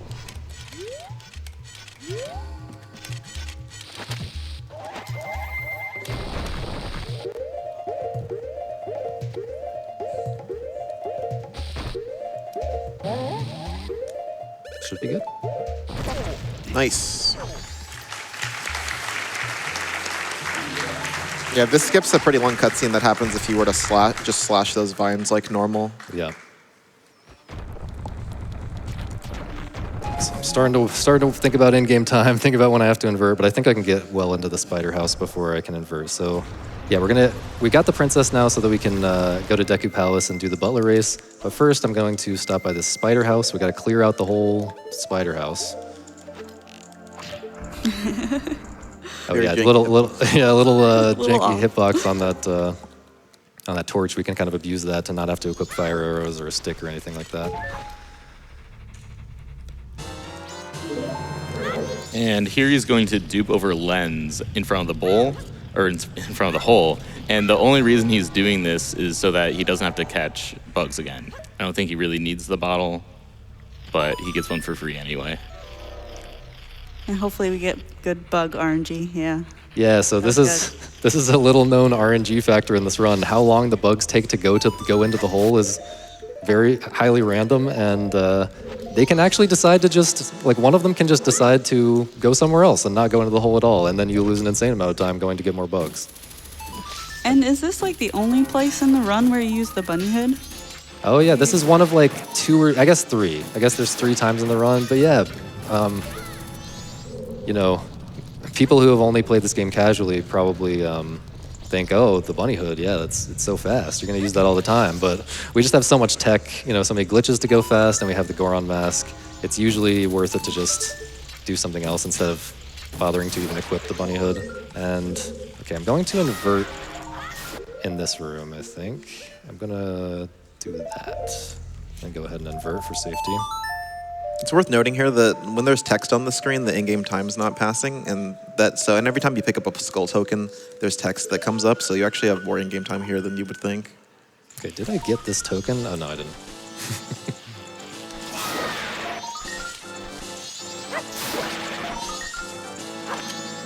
Got some time right now? Oh yeah, go ahead. Thank you. I've got $30 from Kuramon, who says, donating for the blue dog and the big cat.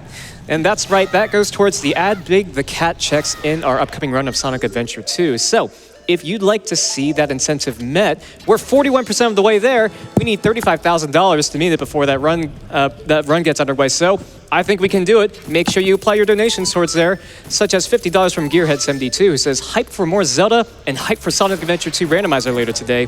Make sure to get those donations in for the Big the Cat incentive. We need more Big.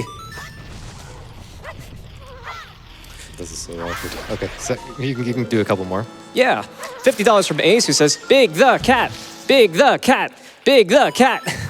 And $50 from Anonymous, who says, long-time donator, first time in person. So excited to see Majora and Sonic in the same day. Let's also see Big the Cat. There's so many first-time viewers and in-person folks here. Welcome all to GDQ. We're excited to have you here. Thank you for donating. Okay. Are the bugs gonna troll me? No, they're not. They're both there. Sometimes they fake you out, and you think they're gonna kill the run. I've genuinely lost multiple really good bases to those bugs. It seems to happen to me more than anyone else, and I don't understand why. I stand right in front of that hole every time. You have to have like a cursed Wii or something. I do have a cursed Wii. We caught some spring water, because we might get thirsty later.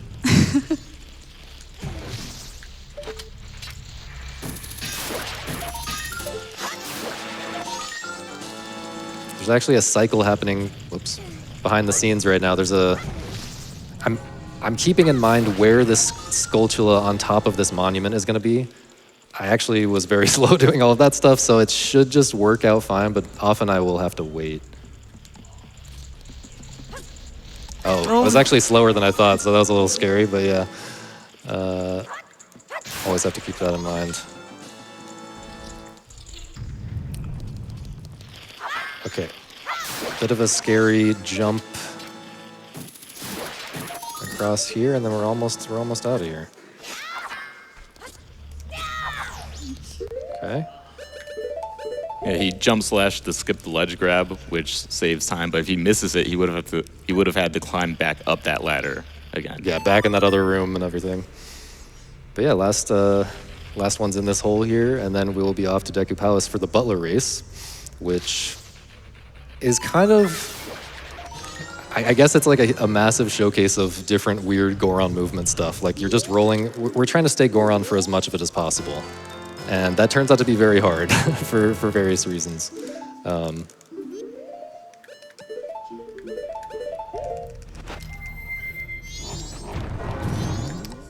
Yeah, so yeah, I guess someone else can try to explain that stuff as it's happening, but we do have a bit of a cutscene first. I totally forgot about this. There's another new trick, also shout out to Pushy Masumi for this one, but we can skip a mask transformation here by bouncing up onto the fence. The guards are going to kind of push me back onto this fence here, and then I can just backflip over them. Woo. It's a little tricky, but yeah, nice new little way to get over them as Goron instead of transforming to Deku to talk to them. So yeah, dropping off the princess. We've got another cutscene, so yeah, a few more donations would be fine here. Absolutely. Quick question for you, another one. How many masks have you collected by this point? Don't ask me. I don't have like a mask 1 split, mask 2 split when I do this. That's perfectly fine. Well, hopefully the chat will be able to keep track of that. We have $168 from Ace Majora, who says, Majora's Mask is the 6th Zelda game, so here's $6 for each mask you'll collect. It's also my #1 game of all time, so here's an extra $1 for each mask. Use this money so that everyone who needs it will meet with a terrific fate. As well as $50 from Happy Mask Salesman, who says, if you bring back my precious mask, I'll give you another $50. I also have $5 from Epona. This might be a little late, but please stop spanking me. Gotta go fast. What can I say? Gotta go fast. Okay, so we're going to head to the Butler race here, do a little transform in the water to Deku form, so I bounce up here really quick. And then, yeah, I really need to focus during this race, but someone else can try to explain all of the little optimizations I'm trying to do along the way. Even this first part right here, I mean, it's just like rolling through a hallway, but it's really tight to do this movement without stopping. I had to stop a couple times there, so. Yeah, typically you'd kind of use all the transformations for various parts of this race, but we can do all of it as Goron with a lot of like really interesting movement like this one right here. Kind of roll over that gap. Yeah, the spacing on that is pretty precise, actually, so we did a setup from the corner there. I'm going to turn human to get these 2 red rupees. We need that for the bank later. Now I'm going to go for something insane.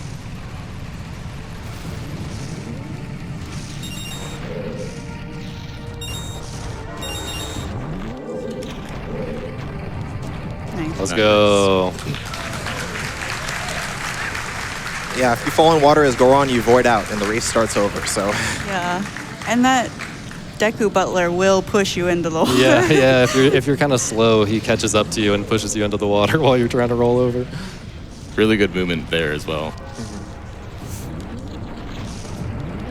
Now I'm far enough ahead of the butler that it doesn't really matter how long I take. I just have to kind of keep it moving. Yes, that was terrifying. If you hit the fire, you will get knocked off into the void and you will restart the race. Which is scary for in-game time at this point. Yeah. Yeah, normally you hit that switch to disable the fire. Oh, I actually wasn't close enough. There's a weird thing there that can happen if you're like just at the edge of his range where he like doesn't want to talk to you again to give you the mask. Only seen that like once. So yeah, back to Clocktown now. We're gonna... This is where the in-game time matters because if I get to Clocktown with less than an hour left, we'll get to the milk bar specifically with less than an hour left, I can't buy the milk. Milk, not just to stay hydrated. The milk is very important for a trick called GIM, Get Item Manipulation. And if you're familiar with GIM from Ocarina of Time, you might be thinking, oh, that is definitely a major glitch. What are you doing with that? That lets you like finish the game immediately. In this game, it's not so major. It's you can only, like in Ocarina of Time, you can use it to like get any item basically. Or I don't know how true that is. I don't play Ocarina of Time, but something like that is crazy. Whereas in this game, you can only gim 2 different items. You can gim the light arrows and you can gim the ocarina. Obviously, gimming the ocarina, not that useful because you need all this stuff to do the gim at all, and you already have the ocarina before you can get all that stuff. So it's really only useful to get light arrows, but we are going to do that, take advantage of that in this run. So that's why I'm buying this milk right now. And we're actually gonna have to wait a little bit for the couples mask event because I played it safe with in-game time once again, and it has to be, we have to have an hour and 30 left in-game time or less to start the couples mask event. So we're waiting for Cafe here. So yeah, a couple donations would be good. Absolutely. Sounds like people are on their lunch break right now, but tuning in to GDQ regardless, I've got $10 from Pat Zicken who says, ducking in quickly on my lunch break to donate during the Majora's Mask run. As a kid, I was too scared of the atmosphere of this game, so I always think of those feelings when I watch it get destroyed by speedrunners. Thank you for the donation. And $25 from Kenny who says, donating during my favorite game of my wife's favorite series. I'm at work while she works from home, and SGDQ is getting us both through our afternoon. Thank you for that. I've also got $25 from Conrad who says, happy to catch my all-time favorite game and best Zelda played live. What keeps driving me wild is, how do you people find these glitches? Are you like backflipping, bombing yourself in every corner of every dungeon? That's a valid question. Yes. The community as a whole is definitely doing that over the last 20 years. I think we've tried just about everything you could possibly try. Amazing. So yeah, this is the couples mask thing. Finally, we're getting the payoff from all of the stuff we've been doing throughout this cycle, throughout cycle 2 of this run. That's all for this one mask. And yeah, we should. I don't know exactly how many masks we're at. Sorry to that person who donated, but we've got most of them at this point. We're like 20, 21 masks, something like that. And the cycle is not over though.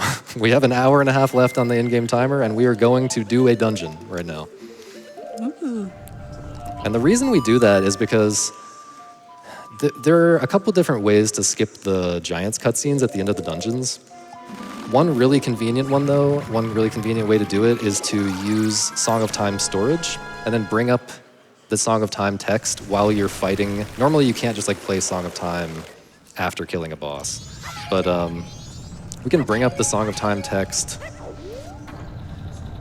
while picking and like press A to save as we're picking up the remains, basically. First thing we're doing here is getting into Stone Tower, which is also a bit of a... So you don't have to use the creepy song with the creepy Yeah, clones. this skips another creepy thing. So Yeah, less if creepiness. you don't have nightmares tonight after watching this, you're welcome. Yeah, so we're going into regular Stone Tower. Normally you have to go in here to get the light arrows and stuff, but, well, I guess we're still going in here to get the light arrows, but we're not getting them in the normal way. This just happens to be the best place to gim light arrows. Also, gim is notorious for crashing. It likes to crash for reasons unknown. So I'm going to show that egg for no apparent reason, because that actually prevents this from crashing. If we just, do this route naturally and don't show the egg, it will not crash. Somehow showing the egg prevents this trick from crashing. It's actually the opposite in any. Whoops. It's actually the opposite in any percent. Also, putting water on sun blocks. You have to avoid melts. showing the egg. Yeah. Oh yeah. You. For some weird reason. So there's me interrupting the opening of a chest. That way I can do get item manipulation. It looks like I got 40 arrows, which is not even a real thing in the game, but what I actually got is the light arrows right here. And that's all we needed in Stone Tower. We're getting out of here. But we still have to do... inverted Stone Tower, which is where the boss is. So we're going to do quick out-of-bounds aiming trick. We'd had a weird shot earlier, which lets us aim out of bounds. This is a slightly different out-of-bounds aiming trick called bow extension. Lets me just kind of poke forward out of bounds a little bit, and I can hit a little crystal that flips the tower. You're supposed to have to go over to the other side and like stand on a block and play a song. I don't remember how it works, but we can just skip all that. So now we're going into inverted Stone Tower. 1 hour left on the clock, and we pretty much just have to do this whole dungeon. So we can fight the boss. So you may be wondering how I'm going to do that without the moon crashing. Stay tuned.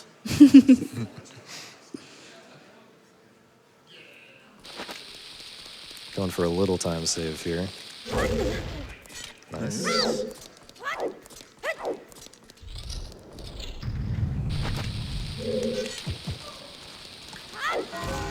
Ooh, a little early on that.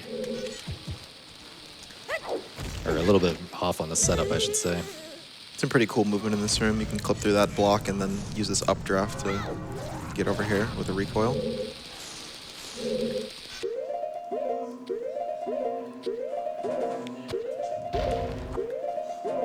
Hope that makes it. Okay.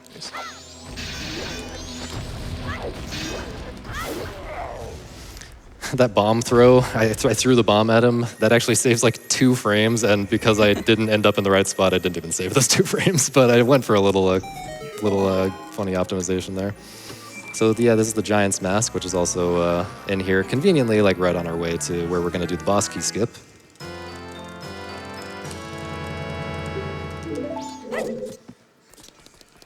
But first I have to go through this door and then immediately go back out. That's just because that saves my position so that when I void out right here, I'm gonna come back, I'm gonna spawn right there instead of like way back before that huge sunblock and everything. Here's another weird shot like we saw in the graveyard. Nice.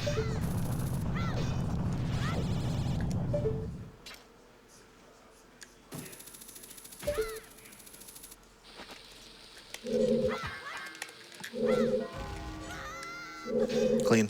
Nice. All right, we're in there. 38 in-game minutes left to fight Twin Mold.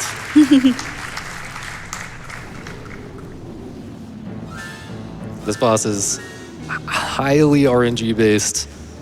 We want him to... We don't really care what he does as long as he doesn't run into me like 5 times. Yeah, typically you would use Giant's Mask to fight this boss maybe, but turns out you can just shoot his tail with arrows and it's actually usually a lot faster. Faster if you're really good at aiming, which by the way is very hard on this version of the game. I think he's coming right at me. I'm gonna dodge that. He tried to block himself there. So light arrows do twice as much damage as regular arrows, so we shoot as many light arrows as we can. Nice. Nice cycle.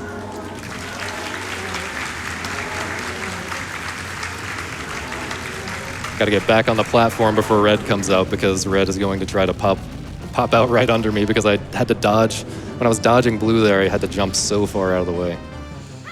I'm going to drink this half milk first for safety because I took damage earlier by accident, but then 3 hearts should be fine for just red. So I'm going to go ahead and... what am I supposed to have equipped here? Ocarina? No, Zora, Ocarina, and then I'm going to bring up that stored song, which actually... Oh, you didn't want to do the dramatic effect? I didn't. Or you It was wait too for- scary to do the dramatic effect, but yeah, that actually stops the in-game timer, so I can do that at any point in this fight. It's still very scary to get into this fight with enough time left, but yeah, at any time in this fight, I can stop the in-game timer.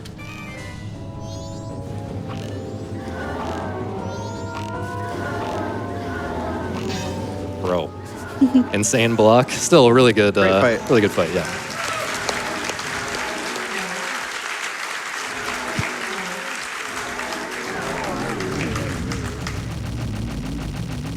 Okay, so this is finally where we're going to save our progress after the last like hour, more than an hour of gameplay. Gonna reset the console there right after hitting save, and now we finally have some saved progress since turning human like an hour ago. Yeah. Would have been kind of bad if we got like a random crash or something anytime in the last hour.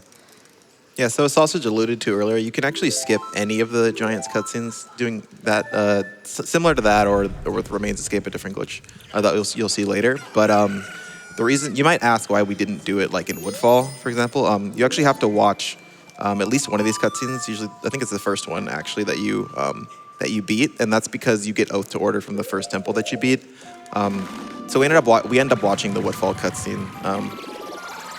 Yeah, for that reason. So Yeah, the rest of that's- them we will skip. It's a little bit unfortunate routing-wise that we kind of have to do Woodfall first because it has the longest post-dungeon cutscene, which, you know, we saw all of that earlier. Right now, I'm going into... first, I'm going to stock up on some supplies because, like I explained earlier, when you start a new cycle, you kind of lose all of your supplies, your ammo, your bombs and everything. So that was a convenient spot to restock. And now I'm going to duplicate these eggs over the light arrow slot. And... Yeah, we're gonna need help. Oh yeah, You guys, one. we need help. we need help counting. We need Yes, I help. don't know how to count. So that was one egg dupe. One. Thank you. But yeah, I actually keep the light arrows equipped. Even though I no longer have light arrows in my inventory, I've duped over them too. Two. Ooh. I've duped over the light arrows, so I can no longer equip light arrows, but I already have them equipped. And the way that works is I'm duping over the light arrow slot, so the game basically thinks I'm equipping this egg over that light arrow slot, and that's why. Thank you. That's why. That's why when I dump the egg in the tank, it writes an empty bottle instead of overwriting the egg with an empty bottle. It's overwriting a completely different slot completely different slot with an empty bottle, and. Because when you equip light arrows, it doesn't actually use the light arrow slot, it uses the bow slot when you equip any elemental arrows. 5. Think of. Sorry, I forgot. Yeah, because it uses the bow slot, you can kind of just equip the light arrows in advance and then use this slot for dupes. And that's 6, so that's all our dupes, and I can dump the real egg now. And this, once you collect all 7 eggs, you can learn the New Wave Bossa Nova, which you have to do to get into Great Bay Temple 7. a little bit later.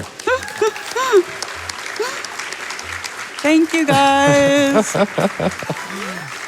One day I'll learn how to count. But, until then, so I'm gonna do a little cutscene skip here. I have 1 frame that I can pull the ocarina again. I'm gonna pull the ocarina to start the cutscene trigger.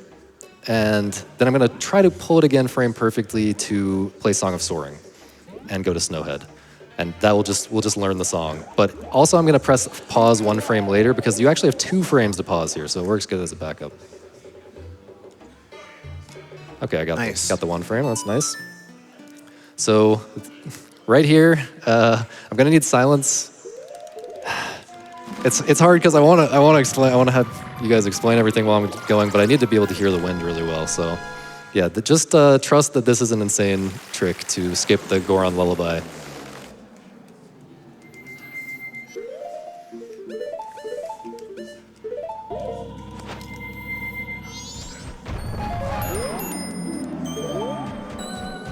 I need to wait.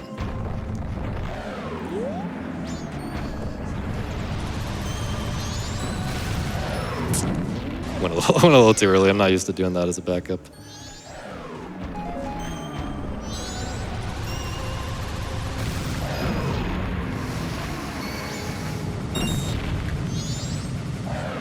Timing these movements very precisely. This ramp, whether you can get up this ramp, is completely random. I have to wait here. That wasn't a... I want the wind to blow basically as I get onto that ramp.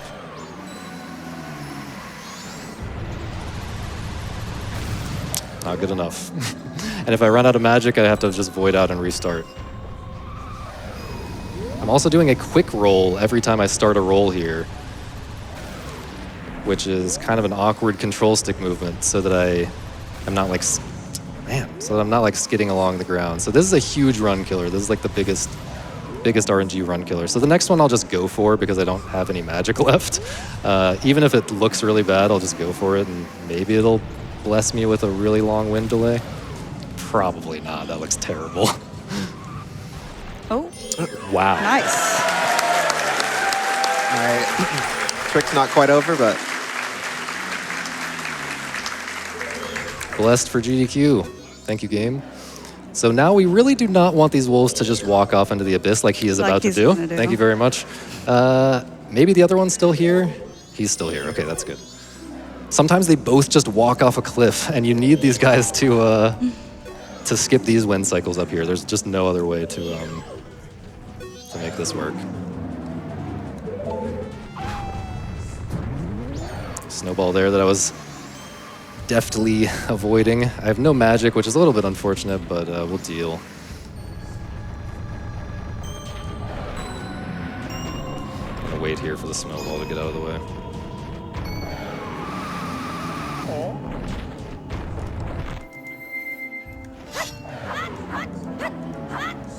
So this is also different in the Japanese version. Hello. It's like, let's wait for the snowball once again. Yeah, so this is a big thing that's different between the versions. When in the English version, which you might have seen this in a very awkward snowball cycle timing. You might have seen this in 80% runs. You can just do a Hess all the way from the owl statue all the way into the temple. And the reason that works is because on English version, when you're getting pushed against a ledge with ISG, for whatever reason, it doesn't like get you stuck. Thank you. That is a terrifying trick to do in a marathon. But yeah, on the Japanese version, you're gonna get stuck every time the wind pushes you up against a ledge, so it's just straight up not possible to do that. I'm gonna go for some nice drops here. Very lucky. And now I'm going to... I was gonna show off something with the wolf here, but not a big deal. And I'm going to go ahead and Song of Double Time. So, oh no. Messed it up. no applause for you. So this is. So that's kind of setting the timer for the last in-game time, the last big in-game time based part of the run. We have to get to the Blast Mask event, which starts a little after midnight. And so everything I do between now and then matters for in-game time. I really don't want to waste very much. We do have a little bit extra. Like even in runs, just because we don't have enough stuff, like routing-wise, we don't have enough stuff to do to fill in this time while waiting for Blast Mask. So even in runs, if you play really well, there's a little bit of waiting at the end for Blast Mask. I don't know if we've talked about critical health Yeah. yet, but yeah, when you There have it is. There it is. So, so- when you have beeping hearts in this game, you can't walk straight like at all. It's actually quite random. Link how gets you drunk or something. I don't Yeah, know.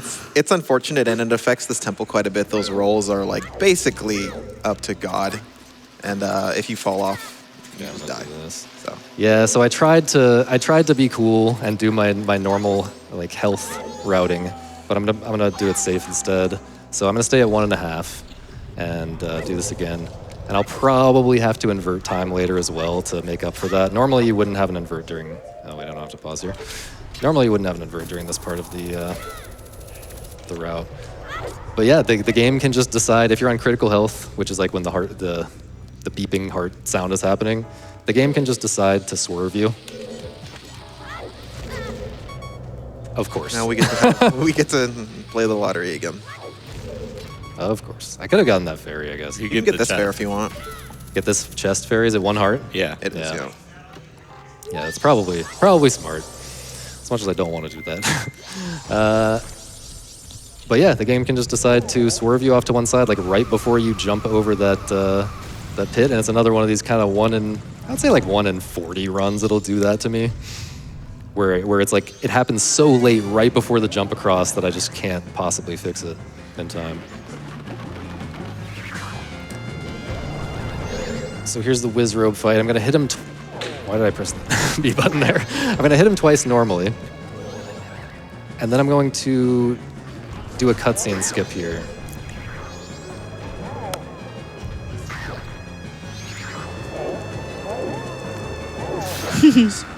So you have 1 frame where he's vulnerable, each of those last 2 hits. Yeah. 1 frame that he's vulnerable to skip a cutscene there of him starting phase 2. And this is how we get the fire arrows. Still got a lot of kind of tight movement to get up to GOAT, but maybe this would be a good time for some donations. Absolutely. We've got some love from friends and family pouring in all over the world. I have $25 from Costa Rican, who says, every time Majora's Mask is run at GDQ, I watch it with my mom. Oops. So it'd be great if the crowd could say, hi, Mom, for all the moms that might be watching. Everyone ready? Hi, Mom. Keep up the great run, sausage. Yep, we love support from friends, family, and everyone in between, including this $50 donation from Ouija, who says, shout out to my cousin Kuroshi on the couch. Feels surreal seeing you up there after over a decade of running along with the glitches you helped me learn. Hovering and super slides are fun. Good luck with the rest of the run, Sausage Man. Glad you made it too. Zelda, hype! Hype! Thank you, Christian. Is that the one who gave you the necklace, or is it a different Yes, cousin? it is. Oh, Yes. that's Yo, so shout cute. out. So yeah, there's a nice little boss key skip. You can just kind of backwalk, and the icicle pushes you through the boss door. Yeah, much easier boss key skip than the other temple. Should I damage down first? I guess I'm gonna do this normally and just use bombs to damage down. Wait, need that. So normally I'd be on just half a heart left by this point to set up for a death warp, which is how we're going to use a death warp to skip the cutscene after the boss fight this time. A little bit different from the trick we did for Twin Molds. But I'm gonna stay on not critical health just to be safe here.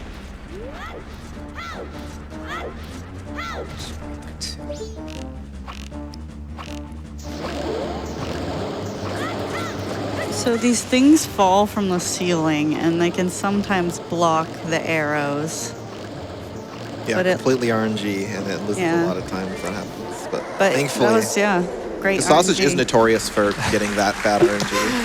Yeah, I used to get it all the time, but I actually figured out that if you stand in a slightly different spot, it reduces the chances quite a bit. Nice. So here's another tricky one to skip a 2-minute cutscene. So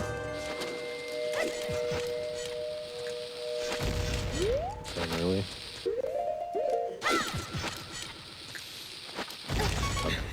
got it. I just got to damage down here. Normally I'd be at the right amount of health already, but I got to just do this. Yeah, so we have the remains in our inventory now, and that's what we just need to do. Yeah, we just picked up the blue warp. I don't think anyone here is qualified to explain how that trick works. It is so complicated, you need a PhD in this game to understand it. But trust that we do... Oh wait, I'm not supposed to do that equip quite yet. Trust that we do have the remains in our inventory. And now we go straight to Great Bay Temple for the last dungeon. Yeah. So there's going to be 2 consecutive cutscene skips here. There's a cutscene when you play the song New Wave Bossa Nova to raise the turtle up out of the water. You can skip that, which saves about a minute. And then that's with a frame perfect pause and then buffering into the load zone, which I'm gonna do right now. And then there's another one after. Come on.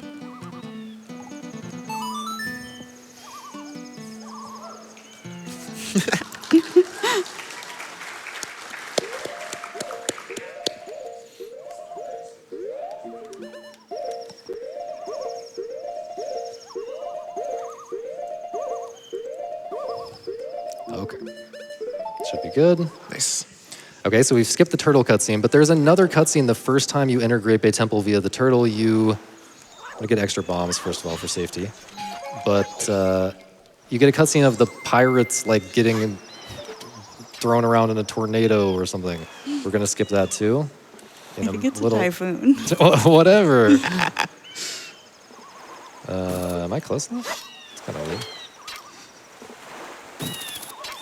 Very finicky, precise hook shot here to not start the scene immediately.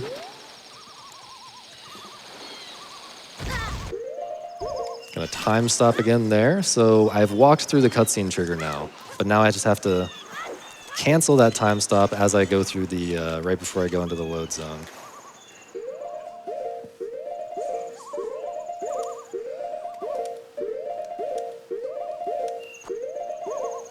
There we go. Nice.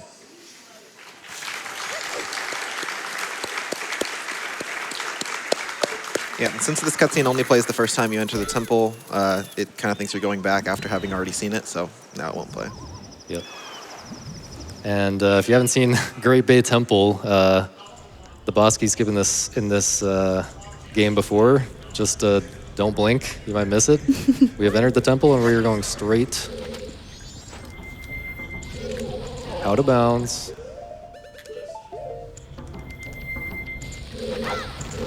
Ooh, actually messed that up. We'll try this again. I really wanted to show that off, even though I kind of got out of position. Usually that recoil would just take me straight into the load zone. By the way, I'm going to go ahead and invert here because falling down in Snowhead and all that kind of messed up my endgame time, as I mentioned earlier. But yeah, that's a really cool optimization where you can shoot the bomb with the bow to make it blow up slightly earlier, and then recoil with that.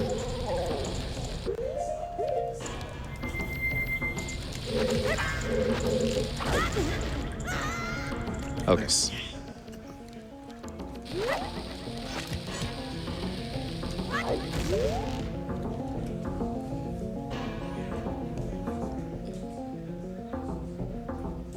Very hard to see this on the screen. But there we go. We just shot Georg by aiming out of bounds with a weird shot. That skips the entire intro to this fight, which is a pretty long cutscene, like almost a minute long. And now I'm just gonna do a fast phase one here by very quickly reacting to which way he's swimming. It's pretty tricky, especially on the Japanese version. But now I'm in the water and I have to dive up really fast at the beginning of this phase two. Yeah, the way that the Zora, what is that called? The shield The aura barrier. Barrier works is different in the Japanese version. It makes it a lot more difficult. Yeah, on the English version, you can just use the barrier while you're not moving at all. But in this game, you have to be full speed swimming. Or in this version, sorry. And now I'm going to do something called a void warp. I'm gonna get the remains in the same way that I did earlier. The same way that I did for Goat, but then I'm not gonna die. I'm actually gonna do something called a void warp, which I'll explain afterwards. I need to pay attention to the audio cues for this one.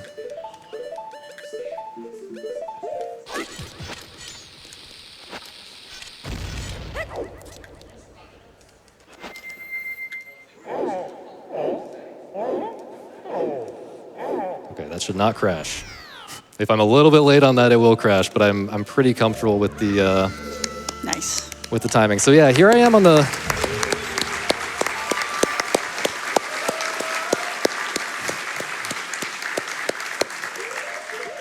Giants map, where you're not normally supposed to have control, and you're not normally supposed to fall way out of the sky and land down here like I just did. But the reason that works is because I pulled I pulled the ocarina to... So after getting the remains, if you pull the ocarina, it's like... I guess because the ocarina is a cutscene item, it kind of starts the timer to get you into that cutscene that you like skipped before by doing that glitch that I did where I picked up the blue warp. But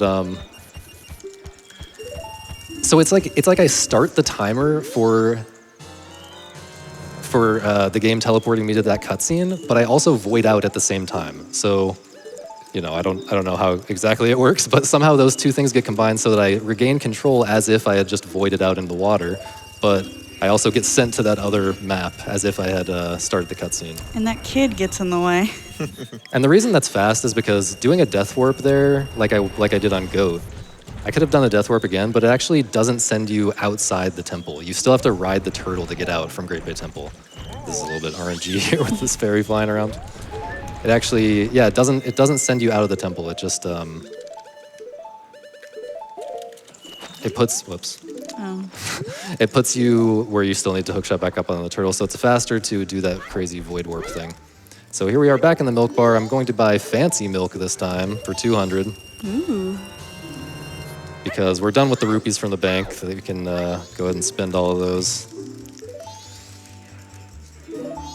And now we have a pretty long song sequence, so this is a great time for donations. Excuse me, I'm happy to oblige. I have $25 from Dr. John Majora. John Majora, would you believe it? A Majora's Mask haiku. Dawn of the first day, an astral threat lurks above. Can you find the masks? Thank you for listening. Lesson 3.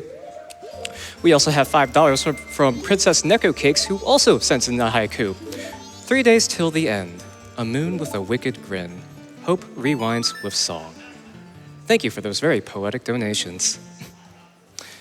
I also have $100 from Matt, who says, excited to donate during one of my favorite games of all time. I absolutely loved collecting all the masks, and it's amazing to see how quickly that can be achieved. We can get a couple more in. Yeah. I have $250 from Lo-Fi Photon, who says, GDQ, where you can watch a sausage pick up a sirloin as a fish, but only in Japan. Hi from the live audience and loving this run. Lesson 3. And I have $250 from Rax, who says, The Legend of Zelda series was my introduction to gaming by my mom, so it holds a special place in my heart. Aww. Best of luck on the run, sausage. Oh, that's sweet. All right, so we're getting a mask from doing this right here, and we are then going to get kind of the last, I guess, like 3 more masks before we go to the moon. So coming up on the end here, but yeah, there's the blast mask, which we have been kind of manipulating the in-game time for that event, for this entire cycle, basically, since I got into Snowhead Temple. And there's the Great Fairy Mask that we're going to have a little nice little cutscene skip for that as well. And then the All-Night Mask, which is actually the All-Night Mask you have to buy for 500 rupees. It takes a while to get up to 500 rupees any normal way in this game, so we only have 200, or we had 200. We now have 0 because we bought this milk. But the reason we bought this expensive milk is because you can actually sell it to the Curiosity Shop owner for 200 rupees. And we have a trick so that we can sell it multiple times without getting rid of it. So we're going to take advantage of that. I also need to uninvert the time. Probably go. I'll just wait until after Fairy Fun just to be safe. Whoops. Bonk. Yeah, Goron movement is very, very finicky, very awkward to control. I didn't talk about this earlier, but like with Lullaby Skip, when you're spike rolling as Goron, you can no longer control the camera at all. Here's another cutscene skip coming up. Typically, when you come here with the fairy, you get the cutscene for getting the Great Fairy's Mask, but you actually get the Great Fairy's Mask like as soon as you like enter the cutscene trigger, so we can actually void out in the water right as we're getting it. So he has the Great Fairy Mask now without having to watch the cutscene. Yep. So if you were watching very closely, you could see the like black bars at the top and bottom of the screen right before I voided out. That was me entering the cutscene trigger as I hit the water and voided out. So we got another minute to wait here, but then we'll do the Blast Mask event. During the Blast Mask event, I'm actually going to do a little trick to save a tiny amount of time. But yeah, we'll see that in a second. And also, we kind of want it to be night 3. We kind of want it to be night 3 so that we can enter the clock tower quickly. But you might notice that it is night 1 right now, and well, I guess we also want it to be night 3 so that we can get the all-night mask. You can only buy that on night 3. So how are we going to make it night 3 without playing Song of Double Time just a billion times, which I promise I won't do? I've got a quick update if you don't mind. Nope. Sorry, I was just listening for an audio cue for this little cutscene skip. Sorry, my bad. But yeah, go ahead now. Thank you, yeah. I just want to tell everyone, we are over 50% of the way to add Big the Cat Checks to Sonic Adventure 2. That's $17,500 raised for that incentive. We are halfway there. If you want to meet that, we have around 2 hours left in that. So get in your donations now. Make sure to apply it when you go check out your donation. Speaking of which, for those using the Twitch extension, we have raised over $29,000 just from Twitch chat alone. Congrats on that. Keep sending in those donations. We're looking forward to more. So another little complicated glitch here is a day skip. I don't know exactly how to explain it. You all missed it, but we're on day 3 now. Yeah, we're on day 3 now after one Song of Double Time. Yeah, for some reason on the Japanese version, as you're entering a grotto, well, I guess there's weird nuances to it, but you can enter that load zone as you're going forward, and it just skips way forward. It's as if you played 3 Song of Double Times. So now we're on the last day. It's still too early to get into the Curiosity Shop the normal way, so we're gonna do a little trick here. And I'm actually gonna use the Blast Mask here. Oops.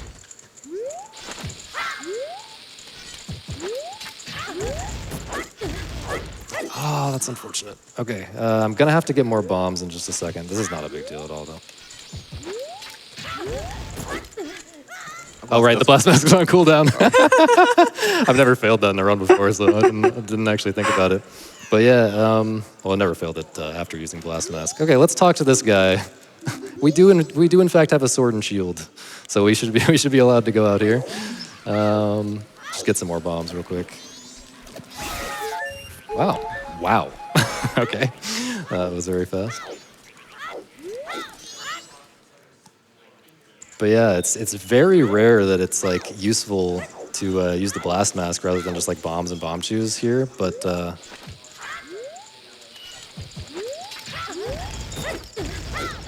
Nice. There we go. Okay, so we went into the load zone behind that door there. It is a pretty difficult trick. And here's where I'm going to do those duplication tricks to sell this multiple times. There's one.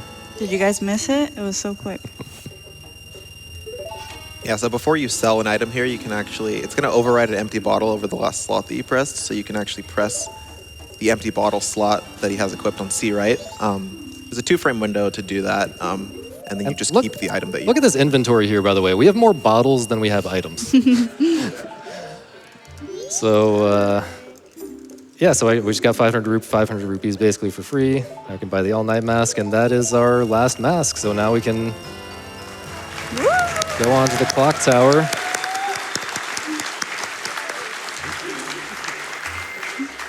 And we don't have to. Whoops! We don't have to wait for midnight to get into the clock tower. We've got a nice little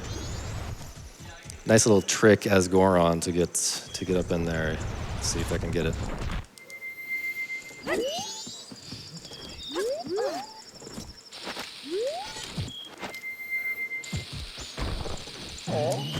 So the bomb hits me at the top, just at the very peak of that Goron pound.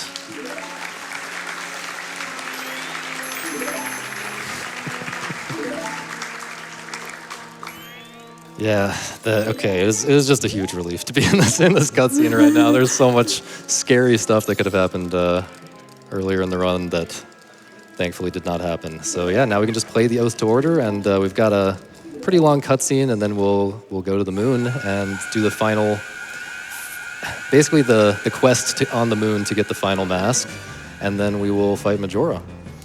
So, but yeah, this is a good time for a few more donations. Of course. I've got $50 from Navi, who says, "Hey, listen." So, who's that fairy you replaced me with? I've also got $5 from Shadow Dio-sama, who says, when you hit the milk and the milk hits you back, that's lactose intolerance. Relatable. And $150 from Zora Master, who says, Majora's Mask and Birth by Sleep are my two favorite video games. I'm so excited to get to see them live. Hi from the audience. Lesson 3. Time for a few more? Oh yeah, for sure. Oh yeah. $50 from Weeks, who says, tuning in for my 10th year of GDQ. So hyped for the Majora's Mask coming up, which is happening right now. I've also got $50 from Bantha Herder, who says, you've met with a terrible fate, haven't you? Actually, wait, no you haven't. You're watching Summer Games Done Quick. Ooh. And $5 from Dusk Argentum, who says, happy to be here at my second in-person GDQ event. Had to donate during the run of my childhood best friend's favorite Zelda game. We spent a fair bit of time as kids talking about and playing this game. So glad to see it being run. So yeah, the giants here, we've summoned the giants because we did all the dungeons and learned the Oath to Order. We were able to summon the giants to help hold up the moon here so that we can finish the game. And how this is going to work on the moon is there are 4 trials. There's 1 trial for every dungeon, every boss in the main part of the game that we've already fought. And you wouldn't see these at all at any percent, but in all masks and 100% you'd see them. Some of them will be slightly different in all masks compared to 100% because each one also has a heart piece in them. And so we don't have to get those for all masks, so we can do some slightly different routing compared to the 100% run. But yeah, we have to go through all of the trials, and in the process of getting into and out of all those trials, we're going to be giving away all of our non-transformation masks. So at the end of the run when we're fighting Majora, it's going to look like we don't have any masks anymore, and we have ruined the run because, you know, this is an all masks run. But you actually have to do that to get the Fierce Deity mask, which is the very final mask of the run. And technically behind the scenes, the game, you still have the masks in your inventory. And if you let the game autosave in the credits, you can reset your console and you'll have all the masks. But yeah, the Fierce Deity mask, it's kind of funny. Like, this category could just be called Fierce Deity Mask because you can't get the Fierce Deity Mask without getting all of the masks. So it could just be like, get the Fierce Deity Mask and finish the run. That could be the rules, but instead it's more comprehensible, easily comprehensible. Just call it all masks. But yeah, like I said, huge relief to be in the home stretch here. I'm still gonna go for some somewhat scary tricks and some cool stuff in these trials, but not nearly as scary as earlier in the run where you can run out of explosives, run out of in-game time. There are just so many ways to lose several minutes all at once in this speed run. I mean, this game in general, but especially this category with all the in-game time management, it's just terrifying to run this at a marathon. So yeah, happy to be through it. Nice Goron face, by the way. It's like stretched out. Yeah, a lot of the cutscenes in this game they didn't like have in mind viewing them as other forms. Like, a lot of the cutscenes look really weird as like Goron or Deku. Yeah, in the Anju and like cafe cutscene, you're like inside of the Goron's belly, like watching it.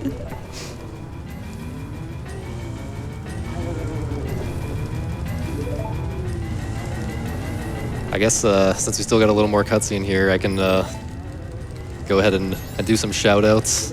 I guess I've already shouted out a bunch of people who have helped glitch hunting and helped me with routing. But like obviously Imbued, I shouted out for the routing help. Gigoppler has also helped so much with routing over the years. Sample Name, Kita. Yeah, shout out Exodus, shout out glitches and stuff. This is really. It's a pretty huge community effort, the optimization of this speedrun, and we're very lucky to have a very cool, dedicated community helping always make these runs faster. So yeah, shout out to also everyone that I didn't mention because I ran out of time. But yeah, we're going into the first trial here. This is the twin mode trial. The trials are basically designed one around each form, and this is kind of the human form one, I guess, but really we're going to be Goron for most of it. And we just kind of have to do a little boss rush. or like mini boss rush. Yeah, to enter these trials and exit these trials, you have to give away masks, and we're kind of strategic about which masks we give away because we still use some of them in the trials themselves. So here's this guy again. Once again, he does not know what's coming.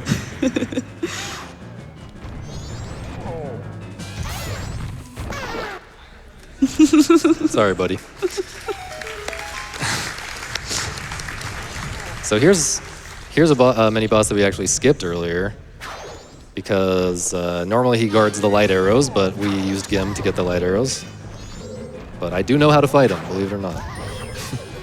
And he's actually weak to Goron pounds, so they do more damage than punching.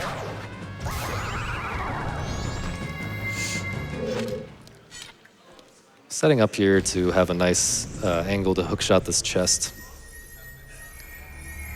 Ideally, I can quickly hookshot the side of the chest so that I don't have to awkwardly walk around this thing. A little low.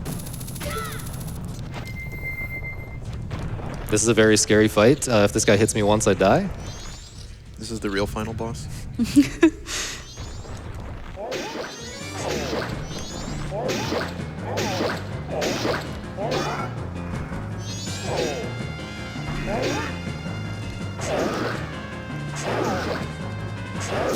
Nice. Nice. Go.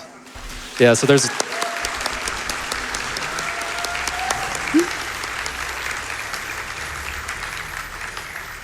There's some slightly complicated RNG with that guy. So your strat kind of has to have like branching paths for all the different combinations of attacks that he can do on you. It's a little bit scary. Once again, I am failing to get on top of chests. Okay, you can just hover up here. Yeah, convenient 10 bomb shoe drop. You can just hover up here instead of doing a puzzle or something. I don't even remember what's in this game casually. This is also a way to skip a puzzle. I don't know if any of you guys understand why. Yeah, it's like, I don't know. It's unintended, though. It's like, it like sets some flag that actually doing the puzzle also sets, and you can just not do the puzzle at all. Yeah, there's a shared flag for some reason. And that was another scenario, another rare scenario where using the bunny hood is actually helpful because we want to equip it anyway to give it to the kid. So we lose no time to equipping the bunny hood there, so we're basically no time. So it saves a little bit with that running. So next up is the Goron trial, which is I do a very difficult jump here. I'm gonna go for it at least once or twice. If I'm failing it, we'll do a backup. But yeah, it's just a very precise jump off of a ramp to get somewhere you're not really supposed to go to. This one's super cool, so pay attention. It's like, yeah, it like reroutes the entire trial basically. Because Sausage is a cheater. This isn't even a glitch though. Yeah, it's actually just weirdly designed.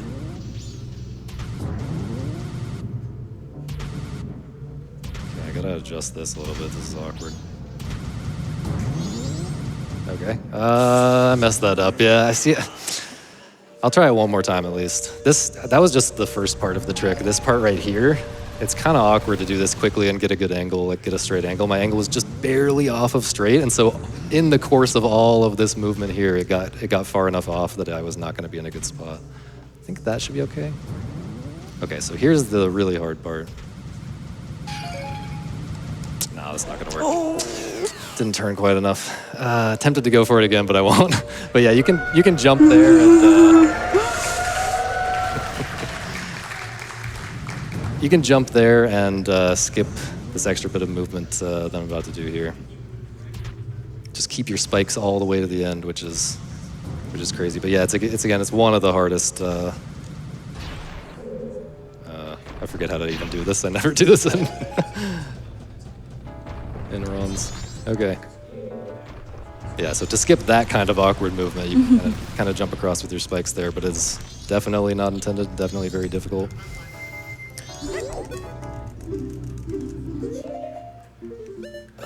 Keeping that equipped. Okay. This next trial is going to be the Woodfall one. In 100%, you do some really crazy movement and like manipulating the camera so that the cycles of the moving platforms are going to work out just perfectly so that you can get the heart piece and then get back on the moving platform in a convenient way or something like that. I don't know. But here for all masks, we don't need the heart piece, so I just need to kind of be reasonably quick with all of this movement, and I can make the cycle for getting into the big boy flower that gives me a huge boost to the end here before the spike wall hits me. But yeah, these last 2 trials are relatively easy, so last few donations for the run, now would be a good time. Sure. I have $50 from Papagen0 who says, "Hey all, I hope you don't meet with a terrible fate this run. Good luck anyway, and by the way, has anyone seen Ben lately? Maybe he went swimming in Great Bay." Unrelated, what's your favorite mask and song? Favorite mask? I do like the bunny hood, even though it's not that useful in speedruns. I don't know. Got time for some more? Yeah, a couple more is good. Awesome. $50 from Lucy says, "My boyfriend's favorite game, and sadly he can't watch the stream right now, so I'm watching for him, having no clue, donating anyhow." Thank you for your donation regardless. And $100 from M, who says, "I always love seeing Majora's Mask at GDQ events, and I am even more excited to unlock Big the Cat checks in SA2. You've put my childhood in the bottle, and I appreciate you." All right, so the Gyurg trial is extremely straightforward. It's just literally just a maze, and you swim through the maze. I guess you're supposed to like try it multiple times and get lost or something, but we know where to go, so we can just swim to the end. But then we're finally gonna get the Fierce Deity mask, and then we can go fight Majora.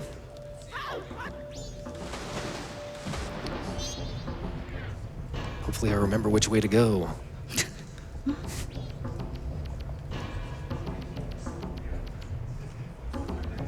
There actually is a super swim that you can do to do that all backwards, which I haven't learned yet, but shout out Beast for that. Forgot to shout out Beast earlier, another important member of the community, strat hunter and things like that.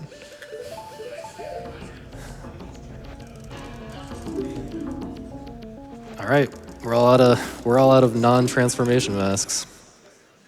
So fighting Majora with 3 hearts, like we do in any percent, is extremely scary. We're still fighting Majora with 3 hearts here, but we're gonna have the Fierce Deity mask, which makes it a lot less scary.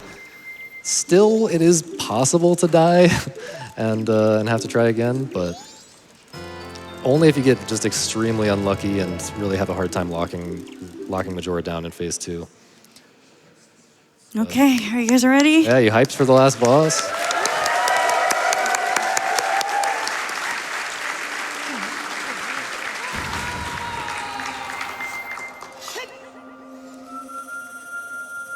So yeah, if you get lucky in this fight, Majora goes down in a matter of minutes, but sometimes it gets a little bit out of hand.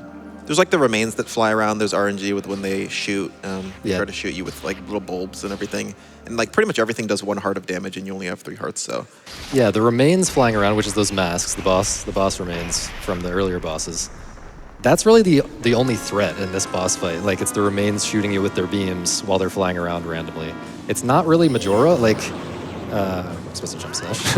It's not really Majora so much as the remains. Like, Majora in phase 2, which is the scariest phase, he's mostly just gonna be like dancing around, like trying to troll us and stuff like that. But He does the moonwalk.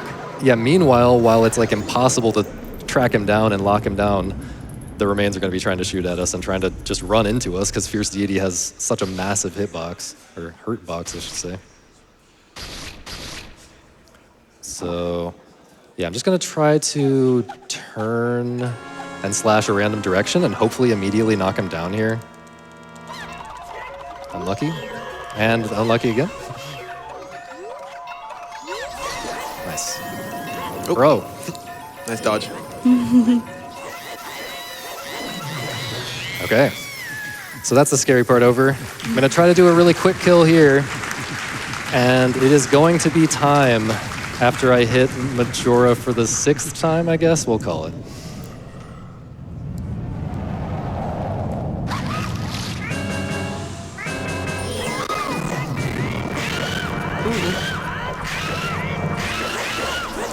just barely missed that last hit. Just hit him once more here. Okay, time.